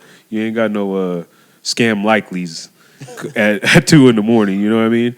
And so, and then somebody said something to me, and then I brought it to him, and they kind of broke, and then they got back. And when they got back, I was the bad guy. And now it's like, well, get a message once a year, bro. So I had to learn from that situation, like, man, that's not my relationship. That's not for me. I just gave him the information. He didn't even ask for the information or nothing. So you wait till you get asked for the information, and then you tell your thing. Don't just divulge it. I almost think it kind of depends on too, though, like how close you and your homies are. Because I feel like if I knew y'all was in a relationship and I seen one of y'all girls outside with her tongue down another nigga's neck, oh, I'm for sure snitching. Yeah, that's what I'm saying. Like, that's not even a question. I'm not going to wait to be like, hey, was she out there doing? I'm like, nigga, I'm letting you know. I just seen your girl out here, and like, I just got to let you know. I don't know what y'all going through, but I just got to let you know. Yeah, like I'm for sure snitching. Oh, but like real? if we not that cool like that, but I know you and I seen you around sometimes, I'm gonna be like, hey, that's not even my business. Yeah. That know who I talk about. Yeah, I think I told him the situation. That's and that was people. That was like been my what we talking about. You definitely should let nigga know. And like that knew, like that was like one of my aces. Like nigga, growing up, like nigga, if you seen him, you seen me. This is about to sound foul though, but if that's what he chose, then that's what I was just about to say. You're gonna have to take it. Yeah. Yeah, if I let you know you ain't gonna rock with it, shit. Hey, I did my part. That's on you. What you want to do with that information? Just know I'm trying to look out for you. Right, because I would appreciate it, like if one of y'all did that. When I see your girl outside, she had her tongue all in another nigga's neck. All right, bet, thanks. And then if I get back with her, like that's on me. Yeah. But like I don't think. But like y'all know where my loyalty at. Yeah. I wouldn't cut one of y'all off for that. Like I would be like, even if I chose to be with her, then that's just my dumb ass or my smart ass, whatever I felt like I am. But I wouldn't cut y'all off for that. But sometimes now that she knows, like, if you really were in the situation and you just kept it player, you wouldn't tell them who told you the information. But if you tell, for damn sure, be like, I've been hearing some shit, and hey, if you tell them and shit, then they might start giving you funny energy when you come to the things and come to the events and do different things, and then you just don't even want to be there. That, and it sounds like that dude got no control in his situation. Yeah, because he shouldn't have his girl be able to take over that situation if she was the one doing some dirt. You know what I mean? Like, shit. You can't hang out with him because he told, nah, hell no. Nah. That sounds like you did the dirt and you just trying to, like, get him out of the situation. Right. It sounds like he got no control in the situation. And then when you controlled by a woman, then there's only certain things that you're allowed to do. Like, hey, man, I know you was looking out for me, but I can't see anymore. Yeah. Because my girl's, she's not right. I'd be like, nigga, what? And then kind of like, what does that sound like? It changed my viewpoint on how cool he was. Because I was like, nigga, that's corny. I'll never do that. You know what I mean? Yeah. That's kind of a little decent segue. I know it ain't on the list, though, but like I want to get y'all opinion. Is omitting the truth the same as lying?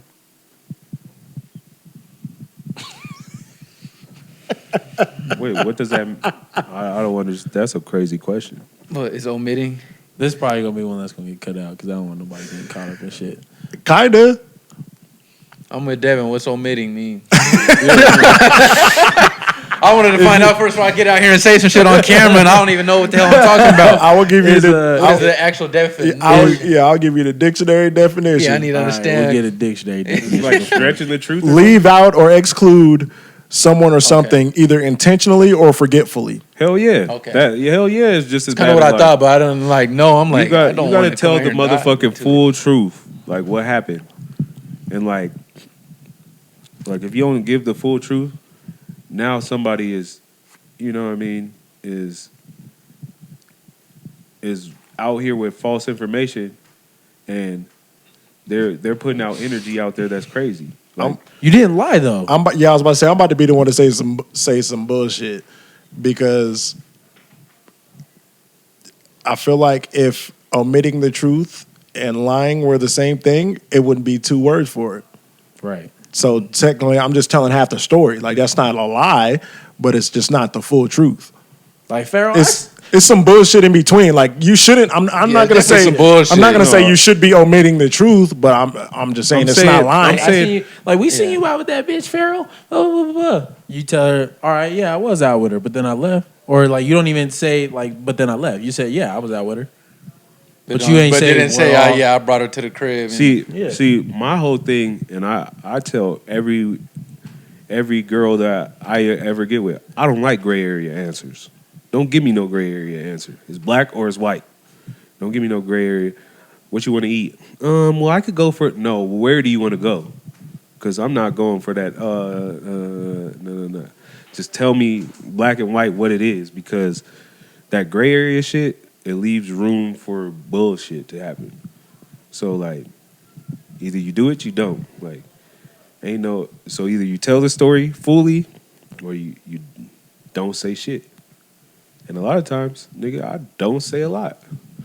I say it like, if I don't fuck with you or anything, I don't say nothing. Sometimes silence is everything. Like, shit, you get. So you agree with omitting the truth?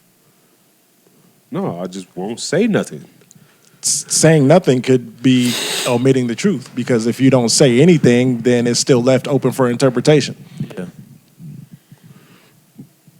Well, I don't know. I don't know what that is. Yeah, so what was the original question again? It was... Is omitting the truth the same as lying? Oh. I don't think it's... Yeah, no, definitely I don't think it's the same, but... Similar, but it's not the same. It's very similar, and gray area-ish kind of leans more towards lying.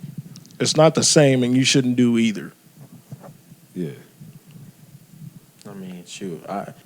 Personally, I wouldn't want to live in a world where there was no chance of omission of a lot of the truth. I would much rather live in a world where someone tells me a half truth than someone telling me a lie. Nah, I think it depends. Because so like if I don't know, I think maybe more context on this because And if even that was from a relationship topic, I think if somebody you're dealing with asks you a direct question to try to resolve an issue, then you probably shouldn't be omitting the truth. You should give a direct answer so you can come with a direct solution. Right. For real. But I would also, but when I thought of the question, I was thinking like just in general, like so if you had to live in it just a whole life with it, like of course in a relationship you would want to have that whole truth, but if you had to live a whole life that you had to question is everything a lie, versus like I know I'm gonna get half this truth and then I can piece in stuff where I can, or I could choose to live with certain things. I'll omit the truth to people who I feel like I can't like. I omit the truth a lot because I feel like I don't like to tell my life to a lot of people. So in those situations where I feel like I'd be omitting the truth. So like if somebody was just like, "Oh, well, what happened with ABC?" I'm gonna give a real vague answer and be like, I'm not boom. getting into this with That, you. yeah, that could technically be omitting the truth because I'm giving you a vague answer for you to piece some shit together. Right. Or if I'm even just like, yeah, shit just wasn't working out. Technically, that could be considered omitting the truth, but it's also the truth at the same time. Shit just wasn't working out. I just didn't give you no detail. But even to where I was saying, like, it's not like I just don't say nothing to, like, my partner or something like that or my homie, but I know who I could say shit in front of and I know who I can't say shit in front of. So I'm not going to omit the truth just because this nigga asked me something. I might make a joke or something and just laugh it off because I know I can't tell you that because you can't hold cold water, nigga. That shit gonna be all over Salt Lake, Ogden, St. George. It's gonna be everywhere. So I'm not gonna give you that information. I'm gonna just keep it quiet. I might tell a joke or something, but like homies that I feel like I'm gonna give you the full truth and what happened, and I'll be like, man, I fucked up. Like usually I think Cam could vouch for me. When I tell a story, I tell him what I did wrong too. Yeah. I take my accountability in every situation. Like, man, maybe I shouldn't have even fucking been there. Yeah, a lot of times he'd be like, I know I was fucking up, but You know what I mean? Like, I'm gonna put the full story out there, but there's certain, like, I don't think all information is for everybody. So there we go. I like that. I don't think all information for everybody. Yes, absolutely. So in those cases, like, and if I don't know you, I don't trust you. I'm just one of them niggas. Like, if I don't fuck with you, like, if I don't know you for real, I don't really fuck with you for real. Yeah. So I'm not gonna tell information for real that's like going up. Like, nah. Yeah, that's the exact specification as to why I would want to live in a world where there was more omission than there was just lying in general. Because even if you don't want to tell the truth, you can be vague enough to where you're not lying. I would much rather respect that than someone like if you in those instances where you were around people that you don't want to tell those truths to, if they ask a question trying to get you to tell them the truth, like I would, because I feel like some people weave it. Some people is weird, nigga. Like you might be known somewhere and you don't even really know them motherfuckers, and they be like trying to get some shit to make a mess, and I'll be like, nigga, that's some gossip, little weird shit. I don't do that. Or even adversely, maybe they do got the truth. There's been, I wouldn't say there's like a lot of times, but there's those couple times in life where people got the drop on you or they know certain things that you didn't think that they knew. So in those instances, like, yeah, if the truth is brought to you, you can agree to it and still be vague enough to not give them full details, but you gave them just enough for them to be satisfied and drop it. Versus now you've told a lie, now you're in a stickier situation than you'd have even thought that you was in originally. Yeah, but it's a cold game out here, man. Like, if I don't, I'm just one of them niggas like I come from a different cloth, and niggas was like, you know, you can't tell everybody everything. Some niggas is mice and rats and snakes, nigga, and you leave them in the wild. You stay where you at. You know what I mean? Mm-hmm. So I move differently. Like, I don't trust everybody in the room. I may have an anxiety. Like, if I don't know what a nigga's thinking, I can't hang out with the nigga. Because you could just be a loose cannon nigga and shoot somebody and I'm with you and I go to jail. Like, that's how I move. It's like, I got to be real cognitive of what the fuck is going on. I think that's why I always fucked with you, though, is because, like, I always felt that same way where I'd be like, nah, don't invite too many people. If I don't know these niggas, I'm not going to be there. Yeah.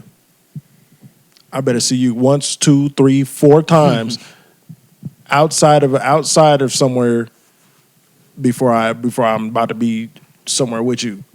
And that's why I hate when, like, we be doing stuff and, like, certain people be like, well, such and such said they was about to come. Such I ain't coming in. I don't know them folks. I don't got the drop on them yet. So I'm not going. And that's why, like, even if when I go out, like, I can't go out and it's just me and a wingman. Like, it needs to be, like, a group of people that I know. Like, it's got to be at least 4 of us. So I know, like, even though I'm around all these people that I don't know, it's enough people with me that I can still feel secure. And then whoever I see out that I do happen to know, I feel even that much more secure. Oh, nigga, I'll go out by myself. Yeah, so I could do the 2-man, the wingman. It's good with me as long as we know we're on the same page. We out of there, you know what I'm saying? You keep that line of communication open at the end of the night. Like, what you doing? Okay, you go over there. I might go over here. We gonna figure out something. You know what I mean? As long as you got that, because sometimes I don't even like going in big groups. Because big groups mean certain niggas ain't getting no box that night. Certain niggas just ain't that. You know what I mean? You in a group of 12 niggas ain't getting 12 bitches. Wait a minute. You went out with 12 niggas No, before? I'm just saying. Like, that's a basically, every time when we would go out and to be a table, it was hella niggas at the table, no hoes. You know what I'm saying? Like, but all I'm saying is that's the case. I'm out and around. Yeah. It always was. You be at the table. I'm leaving the table. I'm not sitting at the table if that's the case. I got y'all, but y'all. I got you. But y'all know good and damn well when we go out and the table will be all niggas, bro. All niggas. See that? Yeah. I'm out maneuvering after that. I'm out here. I gotta go hit the field. See what the field looking like. I'll be at that be at the table for like 2-minute increments. I'm gonna be there just long enough that whoever walk in new see me at the table. So then when I make my rounds and I see you, we gonna hit these drinks a little bit. We all gonna go take a few shots as a gang real quick. Mm-hmm. You know what I mean? And then it's like, well, back out here to the field. Back out here to the field. Try to bring something back if you can. You know, you see a girl you rocking with and she has some friends. Say, oh yeah, we got a table over here. Come back with my friends. Try and do whatever. But that's when you try. That's when you hit the turbo button too long on NFL Street or 2K. You gotta ease off the button, let it recharge, so you can get right back to it. Facts. Yeah, but all I'm saying is, I was kind of out of the loop for a second. I had to blow my nose and shit, but. I just say, how many people you go out with? No less than, including me, no less than 3. No more than 8. Okay, so when you start getting above like 4 motherfuckers, there's niggas that's not getting no fucking box. You know your niggas that just ain't like that. He a relationship nigga though. You got niggas that's relationship niggas. Like they ain't outside niggas that could just move off they own. You know what I'm saying? There's Tinder niggas even. Like there's niggas that get it there's niggas that get it outside. But so when that happens, all right, 3 of y'all niggas get hoes. Right. There's 5 niggas that don't get none. There's 5 niggas in general. 3 of y'all get hoes. Okay. There's 2 niggas just sitting around. If y'all got multiple cars, you're good. Hey, yeah. And then shit, y'all. Yeah, you know what I mean. Y'all can go ahead and make your way on. In home some instances, y'all rode together. Oh well, then listen. The golden rule is if you got something, you going with them. Yeah. But even why are you trying to bring her into the whip? If we all drove together, why are you trying to bring her to the whip? 1, 2, if you got multiple vehicles, That's when you gotta chalk it up to the homies and be like, all right, well, I'm gonna go here with her. You can drive this whip. Yeah.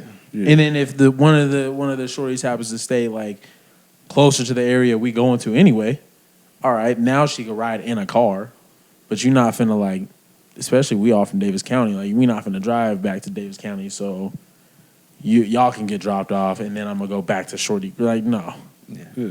If you really got it, nigga, you can just go with the girl, man. She drove or Yeah. whatever. I'm going with her, nigga. I can Uber. I can find my way home. I can call somebody to come pick me up. Yeah. She can drop me off. You know, Yeah. something like that. It's like, hey, my nigga, I'm out. Y'all go ahead and make y'all plays. I'm this way. I'm gonna be a passenger prince at the end of the night, nigga. I'm in her whip, feet up, chilling. I got the ox. And there's instances too, like the 3 girls is friends, the 3 niggas is friends, and they going back to a certain spot. Now the 2 other niggas pull up and they trying to tell jokes and drink and shit. I'm trying to go into the bathroom and see what it do. You know what I mean? So, and then these motherfuckers is out here. That ain't nothing, nigga. wait, Nothing, nigga. Shut the hell up. We this way. Yeah, you know what I mean? But certain niggas ain't good at just being without it. But here's my thing, though. All right, so Tough love. That's why it's always. we speaking from a lens of us not vetting our niggas. If you not vetting your niggas, you got to live with whatever repercussion come. Whether he fuck up, the 3 that got something, or he don't go home with nothing. If you vetting your homies, you know who good at what situation. Like my crew, like we go out certain events. Like there was a lovers event this last weekend. A couple of us didn't go to because we know that's like not our niche of people that we want to be around. But we know like if there's this event going on at this spot, oh yeah, we all out because it's gonna be something that one everybody can leave with if we should happen to do that. 2, it's just a good spot in general. There's not gonna be like any room for failure. Because this person is in a relationship, but they're good at being the wingman of setting up other people. This dude is a relationship type of dude, so as soon as I'm talking to Shorty and she starts talking about her ex, he can interject, have a conversation, and still be in a flowing state to where she's still feeling you, but now she's looking at the people you're around and she's like, oh, fuck, all right, well, his friends is cool as shit, so he a cool person too. Like, she just get that much more comfortable around. Yeah, and your relationship homies, leave them at home, man. Because just like I told you, that club love shit, that's the same nigga. She was so. He telling the whole little story. You know, she just be out here bopping, and he trying to change his whole life with Shorty, man. Nah, it's not going down like that. She is a top-notch box thrower. See, I gotta.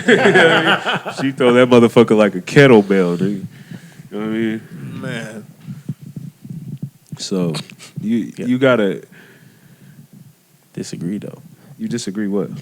The relationship homies be perfect. They be perfect grenade catchers. They catch anything. Listen, they gonna go to her and they the girl that be blocking everything. Okay, this is perfect. This is what the perfect time where the relationship dude come in, because as soon as they get to talking, he is gonna open up about his past, the relationship, blah blah blah, and she is going to eat that shit up. No, I don't think it go like that, because the relationship homie, he got standards. You know what I mean? Like he not gonna hit. They just gonna talk the entire night. Keep her occupied. Don't know the game plan, because he ain't outside like that. Listen, as soon as he gets to talking about his hurt, and she is going to listen and eat that shit, then that's going to occupy him for hours. This the thing about that though, like how you was like, if he ain't gonna hit, I feel like I was that dude where if I knew like y'all was on something, I would just talk to the friend just because. Yeah. Just so y'all can have y'all own conversation. I would have no interest in the friend, but I knew I could just hold a conversation with her. So I would just talk to her and be like, okay, well, Dad got the number? All right, cool, it's out. Yeah. Mm-hmm. But I don't feel like Cam is the relationship dude. Like, he may get into a relationship, but I feel like it has to, like, present itself and be cool. Like, he ain't just gonna just hop into a relationship. There's some relationship homies that just like, oh, she touched my hand right, I'm a dater. Like, see, you know what I mean? Like, there's niggas that just don't see they just kind of They don't see nothing else. Yeah. It's just relationship. hey, I talked to this girl, now I'm in love. It's nothing else. Oh yeah, no, I can't They don't know identify how to with just that. get in and get out. Yeah, they don't know the one night stand. Yeah. They don't know the walk of shame. They don't know Sprite on the jeans and shit. You know what I mean? Or even they don't know just fucking her and not being in a relationship with her, keeping her around. Yeah, that's what I'm saying. They don't know how to just get in and out. They know how to be in it and then it's that's the built niggas different. that be. Gotta have some of everything, nigga. That's the niggas that always be crying and shit because now they done fell in love because certain shit, but and then they hop straight into it 100%. They don't even really know the motherfucker, and then when they find out who the motherfucker is, then they hurt. Okay. You know what I mean? Like you gotta test drive the car before you buy it. Don't just look at the car and be like, oh, I want that one. And there's some niggas that just like, oh, I'm buying this. Oh, that's a Viper, I'm buying it. And then when the transmission and shit just blow out, they be like, damn, well, shit, I need to go get another. No, like, nigga, you gotta test drive the car. You gotta get it analyzed and see what's going on before you just hop in the motherfucker and you just put all your money up on it. Like, shit. Yeah, see, I ain't never.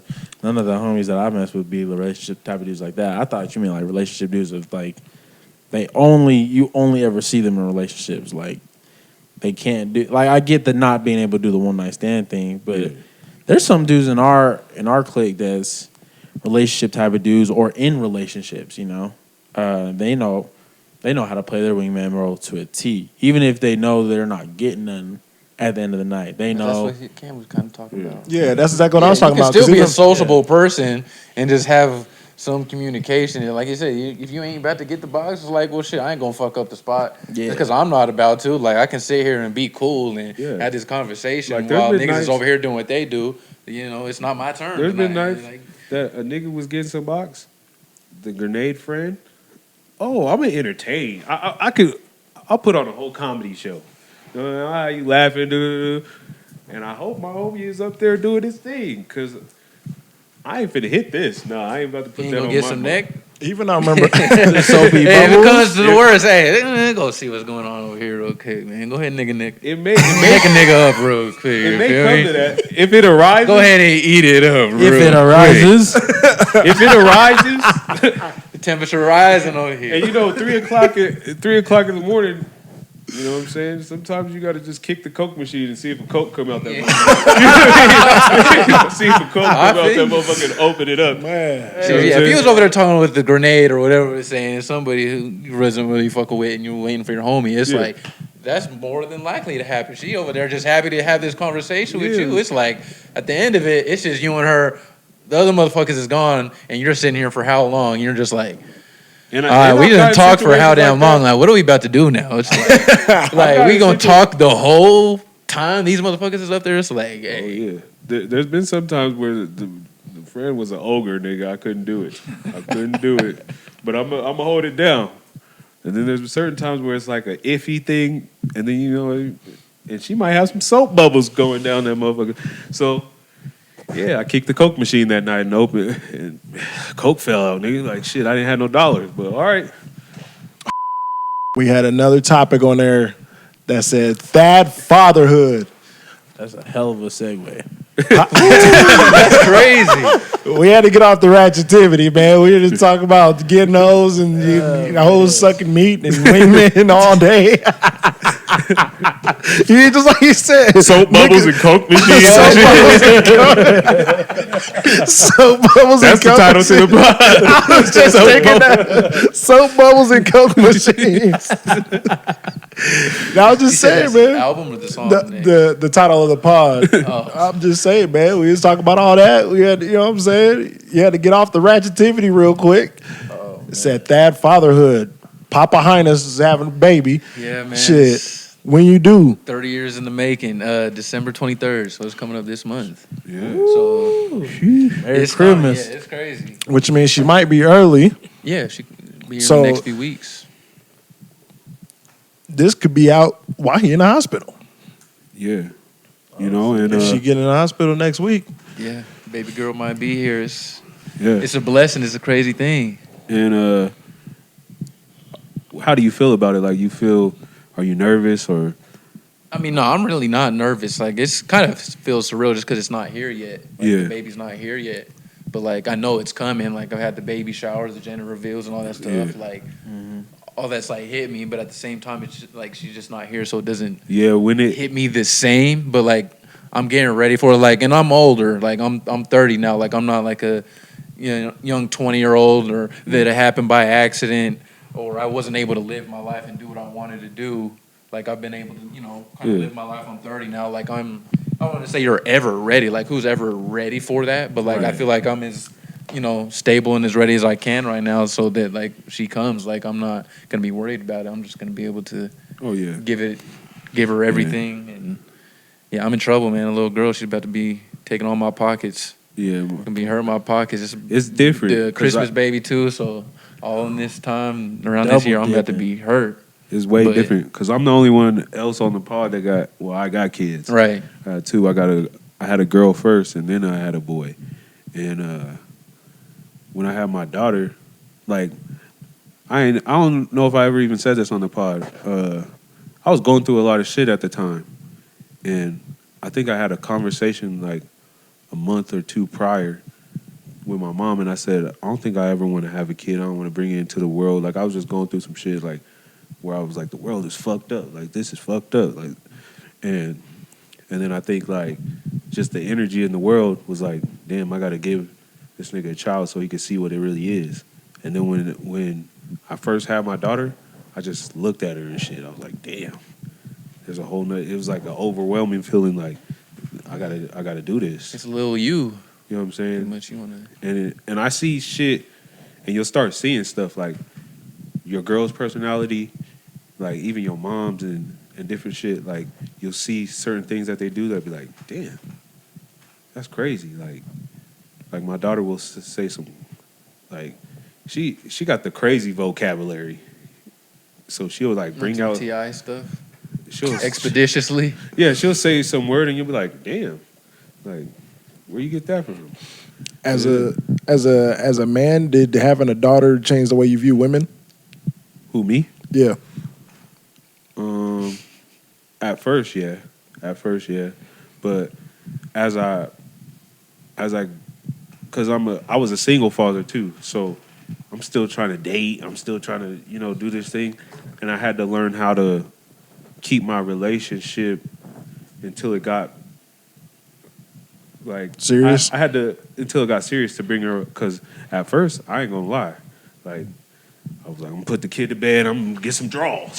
You know what I mean? A bottle, but a kid is unpredictable. That's what a lot of people don't understand. A kid is unpredictable. Like, they may eat a bottle, fall asleep for 12 minutes, and want another one. Then shit, and then and it's like, and at first you're like shit, but once you get the groove of it, it's like okay. And then by the time you get used to that, and you be like, I like this, you change up. Then they start walking, doing something else, and you gotta. It's just always a constant thing where you're like, damn. And by the time you look at it, shit, my daughter is 6, about to be 7. And then same thing with my son. I remember my son is crazy. And I see like both of them, like parts of me in both my kids, but it's like different things. Like my daughter is like the quiet me, like the more creative me. Like I seen her make because I used to cut up socks for my G.I. Joe to make vests and shit. Like, I used to do shit like that. My mom used to be like, man, he fucking up some more socks. Look, I gotta go buy some more socks. But I seen my daughter, she made a little shit, a little top for her little doll with a rubber band. And I was like, damn, like, that's kind of like how I used to do some shit. Mm-hmm. And then, like, my son, he more like the funny me and, like, the out. Like, you seen him, he took his motherfucking shirt off at the damn podcast. Thought it was funny and shit. Took his shirt off and elbow dropped it. I'm telling you, he took his shirt off and said, ah. You got some traits that you like looking forward to seeing in your little baby, or you got traits that like you're not looking forward to dealing with that you're gonna pass on to her? I mean, not really. I just, I'm just excited to be around her all the time and just see who she becomes, really. Like honestly, No, only you- part in the future, I'm just worrying, worrying about boys in the future. That's the Always. only main thing. Other than that, like I'm excited for literally like everything. Like, Yeah, and little I'm a niggas better compa- watch out.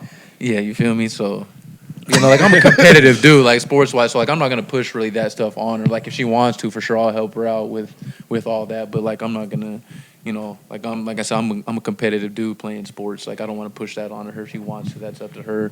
And I just feel like it's different for girls and boys. You can still be competitive as a girl. If she really wants to be like that, then I'd help her in that field. But pretty much, I'm gonna let her be a girly girl if that's what she wants to do. If she wants to, kind of turn into a tomboy and do all that, then that's what it is too. But See, I'm this just man- excited for the journey, to be honest. Like, Oh yeah. This man be smooth, debonair, and all that like reserve type of shit. I know as soon as she start getting competitive, this nigga gonna be not A1, just I'm most sure. hated parent in the state. Like, nigga, relax. He gonna be LeVar Ball. talking This shit. motherfucker is great. see, if I get me a junior, baby, I need that junior next. You feel me? If I give me the junior, I'm for sure gonna be on that man. little nigga's ass for damn sure. Like, they ain't gonna be outside getting to it. Like, nah, fuck that. Like, See, I'm gonna be on that little nigga's ass. He gonna be like that with the girl too. Oh, you think you better than me at Go Fish? You don't want to run that and Yeah, Go no, Fish. she probably gonna be hating my ass. I ain't gonna lie, I'm competitive at anything. On some Kobe and MJ shit, I don't give a damn what it is. I'm trying to win regardless. See, it ain't even gonna be him being competitive with her. It's gonna be when they both like gonna be on the same side. Like he gonna be he gonna be at the games talking shit to the refs, the other kids, the parents, just bigging her up. But then when she learn how to do it, it's gonna be a big ass problem. She gonna be out there talking crazy, Yeah, it and she sound knows good. she can back it up too. That's the fear right there. Yeah. As soon as like, especially I feel like women in sports, once they understand what their skill is, and then they learn like, it's okay to like be competitive. It's okay to talk shit. They take it and run with it, dog. And it's a great sight to see. All right. Hell yeah.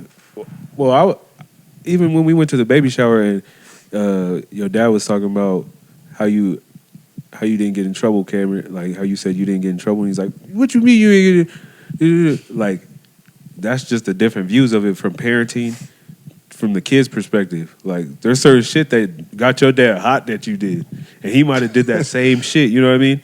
And that's how I see it. Like I'm one of the motherfuckers. I'm gonna do what I want to do if I set my mind to it. Like, well, good or bad. Like I'm gonna do it if I set my mind to do that motherfucker.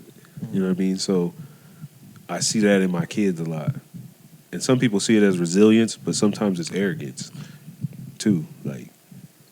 Like my kids will be like, I'll be like, no, don't do that. Turn your head. But didn't I tell you not to do that? And you be so hot. You get hotter at your kids than you ever get hot at anybody else. Because like Because you it's see like yourself- it's you almost see like looking in yourself. the mirror. Yeah, you see yourself and you be like, damn, nigga, I'm trying to fix this. Like, I don't want this. Like, and then it just has to kind of take its way. Yeah, so you can't even be mad because that's what you used to do. You're just looking at yourself So in the mirror. I'm going to laugh when Cam has a kid.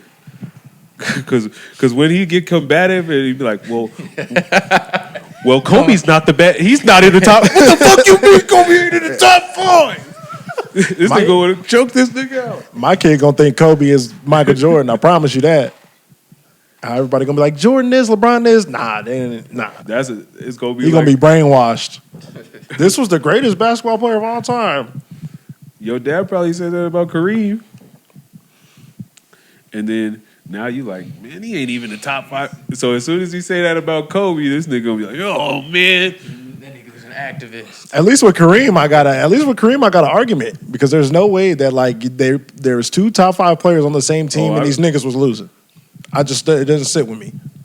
I bet Cameron Jr. gonna have an argument too. That nigga gonna have an argument. Nah, it's gonna be analytical as shit. Yeah, With that's no what- context. Cam gonna be even more mad. That's what basketball has turned into. So that's exactly what these children are gonna do. Yeah, My motherfuckers- kid's gonna be like, well, I mean, Kobe's only 7th all time on the scoring list. Nah, fuck out of here with that. He Niggas missed the most field goals of all time. Fuck out of here with that. They don't got the eye test factor. You got to see the eye test and see, like, know the game. You can just see a motherfucker that can hoop and be like, no, this motherfucker is one of the best like regardless, you don't have to look at no fucking analytics or stats. You're like, when you see this motherfucker on the court and the shit he did, like it's proven. It's on the film.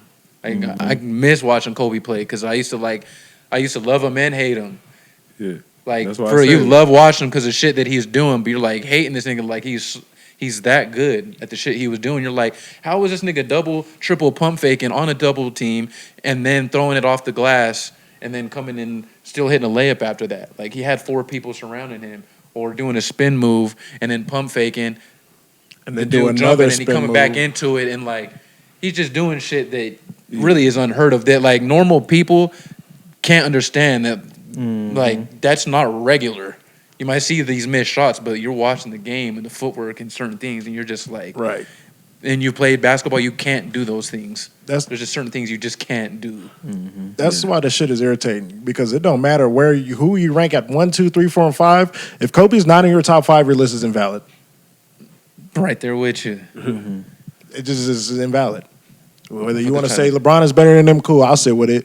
You want to say Jordan is better than them, cool, I'll sit with it. But like, if he's not in your top 5, your list is invalid. Period. James Harden's better than him, of course. Yeah. Hey, if you That's want to your put man. James Harden in your top 5, that's cool. But Kobe better be in there too. That's all I'm saying. That's all I'm saying. Well, Fuck James Harden. I always thought Michael was lit because this nigga used to be gambling and shit all night, drunk than a motherfucker, show up to the game and do what he did. That nigga Them playing was Cigars and shit, red eye. This nigga had red. You know them niggas with red, yellow eyes be fucked up all the time. They got the red, yellow eyes. This nigga still got the red, yellow eyes. Nigga, and he still be, and he was going. Them 90s basketball players was different because they was just doing everything and still hooping. Like, I think if they actually took basketball a lot more serious than, like, how we look at them as greats, it would be even greater. Absolutely. Because if you ever like took the time to watch all them niggas dribble with their left hand, Yeah, I'm like, these motherfuckers can't do half this shit that motherfuckers are doing nowadays. It's just like, bro, what? Michael Jordan was running around there with the yellow eyes like he had jaundice, nigga. This nigga looked like he needed a light on him, like one of them babies that got the yellow skin. Nigga. He was had just the way jaundice ahead of the eyes. game. The shit he was doing, it was light years ahead, and there's no one else that can do yeah, the shit he was doing. Like, as of now, we got social media and all these trainings and stuff that kids have been seeing since they were in junior high and high school. So by the time they're getting to the pros now, like, the talent ability is just so much, the parity is so much closer and all that stuff. Yeah. So a lot of the people can kind of do the same things, similar talent-wise, athletically and all that. So, And Jordan was still averaging 30 and shooting 50%. yeah. Can I'll never discredit MJ because the shit he was doing at that time. That's also got to say, like, how was he that far ahead of the game when no one was doing that shit? Can I get on a quick tangent real quick? Yep. I feel like all this access to all that information, right, has ruined basketball in its entirety. Not just like the NBA, not just, but just the way like kids are being developed. Like there's little kids that got crazy skill. I'm not taking anything away from that. But there's just as many kids that have all this skill but don't necessarily understand how to use it. Like there's so many kids that, yeah, I can do this tween, cross, step back, behind the back shit, but like in a game, no one's just gonna let you do that in front of them without getting ripped. Or I feel you. you don't have no type of really foundation to stand on. Like they don't go and do the homework of those things. Like when you study Kobe, like he could do all of that. The shit he's doing is off of improvisation, but at the basis of it all, dude's footwork was incredible. His triple threat and his pump fake were best ever. That's the basics. That's really what you want Basics to get was to. the That's best ever. basics. The little shit that you really like overlook. You want to see the double step back, tween, and all that shit because it looks good. But like you said, the triple threat and the basic just shit is what allows you to do that because of the footwork. And then I can do all that and then do the crazy shit. Like if you really wanted to. Yep. And that's why like social media is hurting it because that's all these kids ever really see. Like you'll see these trainers do these drills. Yeah. And they have these older high school guys, professional guys, like having them do drills where they're coming off screens and they're bouncing off and countering doing all these specific counters, and it's like the game isn't played like this. Yeah. Like the game is so unpredictable. Like you can see things like you really learn when you play it over and over and over and over. So now you start to recognize the patterns, but you can't really like learn this skill and then know every situation that it's gonna apply. Yeah. Like there's certain things that like I'll teach, and I had to change my teaching. Like there's certain things that like I was teaching that I was like, well, fuck, like unless they are playing at a high level or playing against other teams that know how to do these certain things, these skills aren't gonna matter. Yeah, they ain't even presenting itself. Yeah, they're not gonna know. That type of, They're not gonna know how to use any of it. yeah. So that I feel like that's hurting overall. Not even with Cam, he feels basketball has no context, in which is trending that way. I feel you. Well, that's because they're going against cones. You actually have to still get it out the mud and go to the parks or play 5-on-5 with your friends and all that stuff. That's really what it comes down to. Sitting there doing drills the whole time against cones, literally, like that'll help, but it's not going to get you. Like you said, when you're playing games, you start to see what people notice and what you can do well and to what spots on the floor you can get to and get that feel of the game. So that counters do work. Like, oh, I'm doing this, then I know I can do that. And if he blocks this off, then I can do this and then go back to that. But like you can't just go out there and do drills all the time and then go straight into a game and do those same things. You have to play, go 5-on-5, go to the park, play some motherfuckers who are going to fuck you up a little bit at the park and shit, and then, oh, all right, and then come back with it, not be soft about it, be like, all right, like that's how we going to get down, like I want to bring it back this way, so. Yeah, so I think what y'all even trying to say is like, it's almost like the basics and pure hooping is lost for all these highlights and stats. Yeah. And I think that was always my argument with basketball. And that's why I stand with Kobe all the time. Because I feel like anytime people try to discredit Kobe, it's always on some stat shit. And I'm like, bro, don't bring me no stats. Because Luka's stats are going to be crazy. And like nothing against Luka. Yeah, I would say he's still that guy. Nothing against Luka at all. Because he's one of my favorite players in the league. His stats are going to be crazy. But there's no way that like you're just going to put that in front of me and tell me that he's better than Michael Jordan. Because I saw Michael Jordan would do basic footwork, pump fake, one-hand bullshit. Like, what are we talking about? Yeah. And it's like, not, I use fucked up names, but I'm just talking about like this play style. No, it's even like maybe James Harden and Dwayne Wade is a better comparison because we always talk about that. How like I will consider James Harden a better player, but he's not the greater player because Dwayne Wade knew how to win from doing basic shit. Played his game basically, and you couldn't stop it. Facts. Yeah. I feel like it comes to like the IQ thing too. Like certain people just don't have the IQ that the other people have. Like in any sport. Like you could be trained and you could be good at doing something, but as soon as you're in there, you got to do that shit. You know what I mean? So it's the awareness, like really being able to see past one dude. Like if I get past this dude, there's still gonna be another guy here, and then his man there. It's like, what can I do to? And then like you're working by yourself, like that, but you got to know how to work with your whole team to be great. Speaking on the IQ thing too, I think that's why like you two was like some of my favorite teammates because y'all was better than me and smarter than me. I feel like if I'm the smartest person on the team, this team is lacking.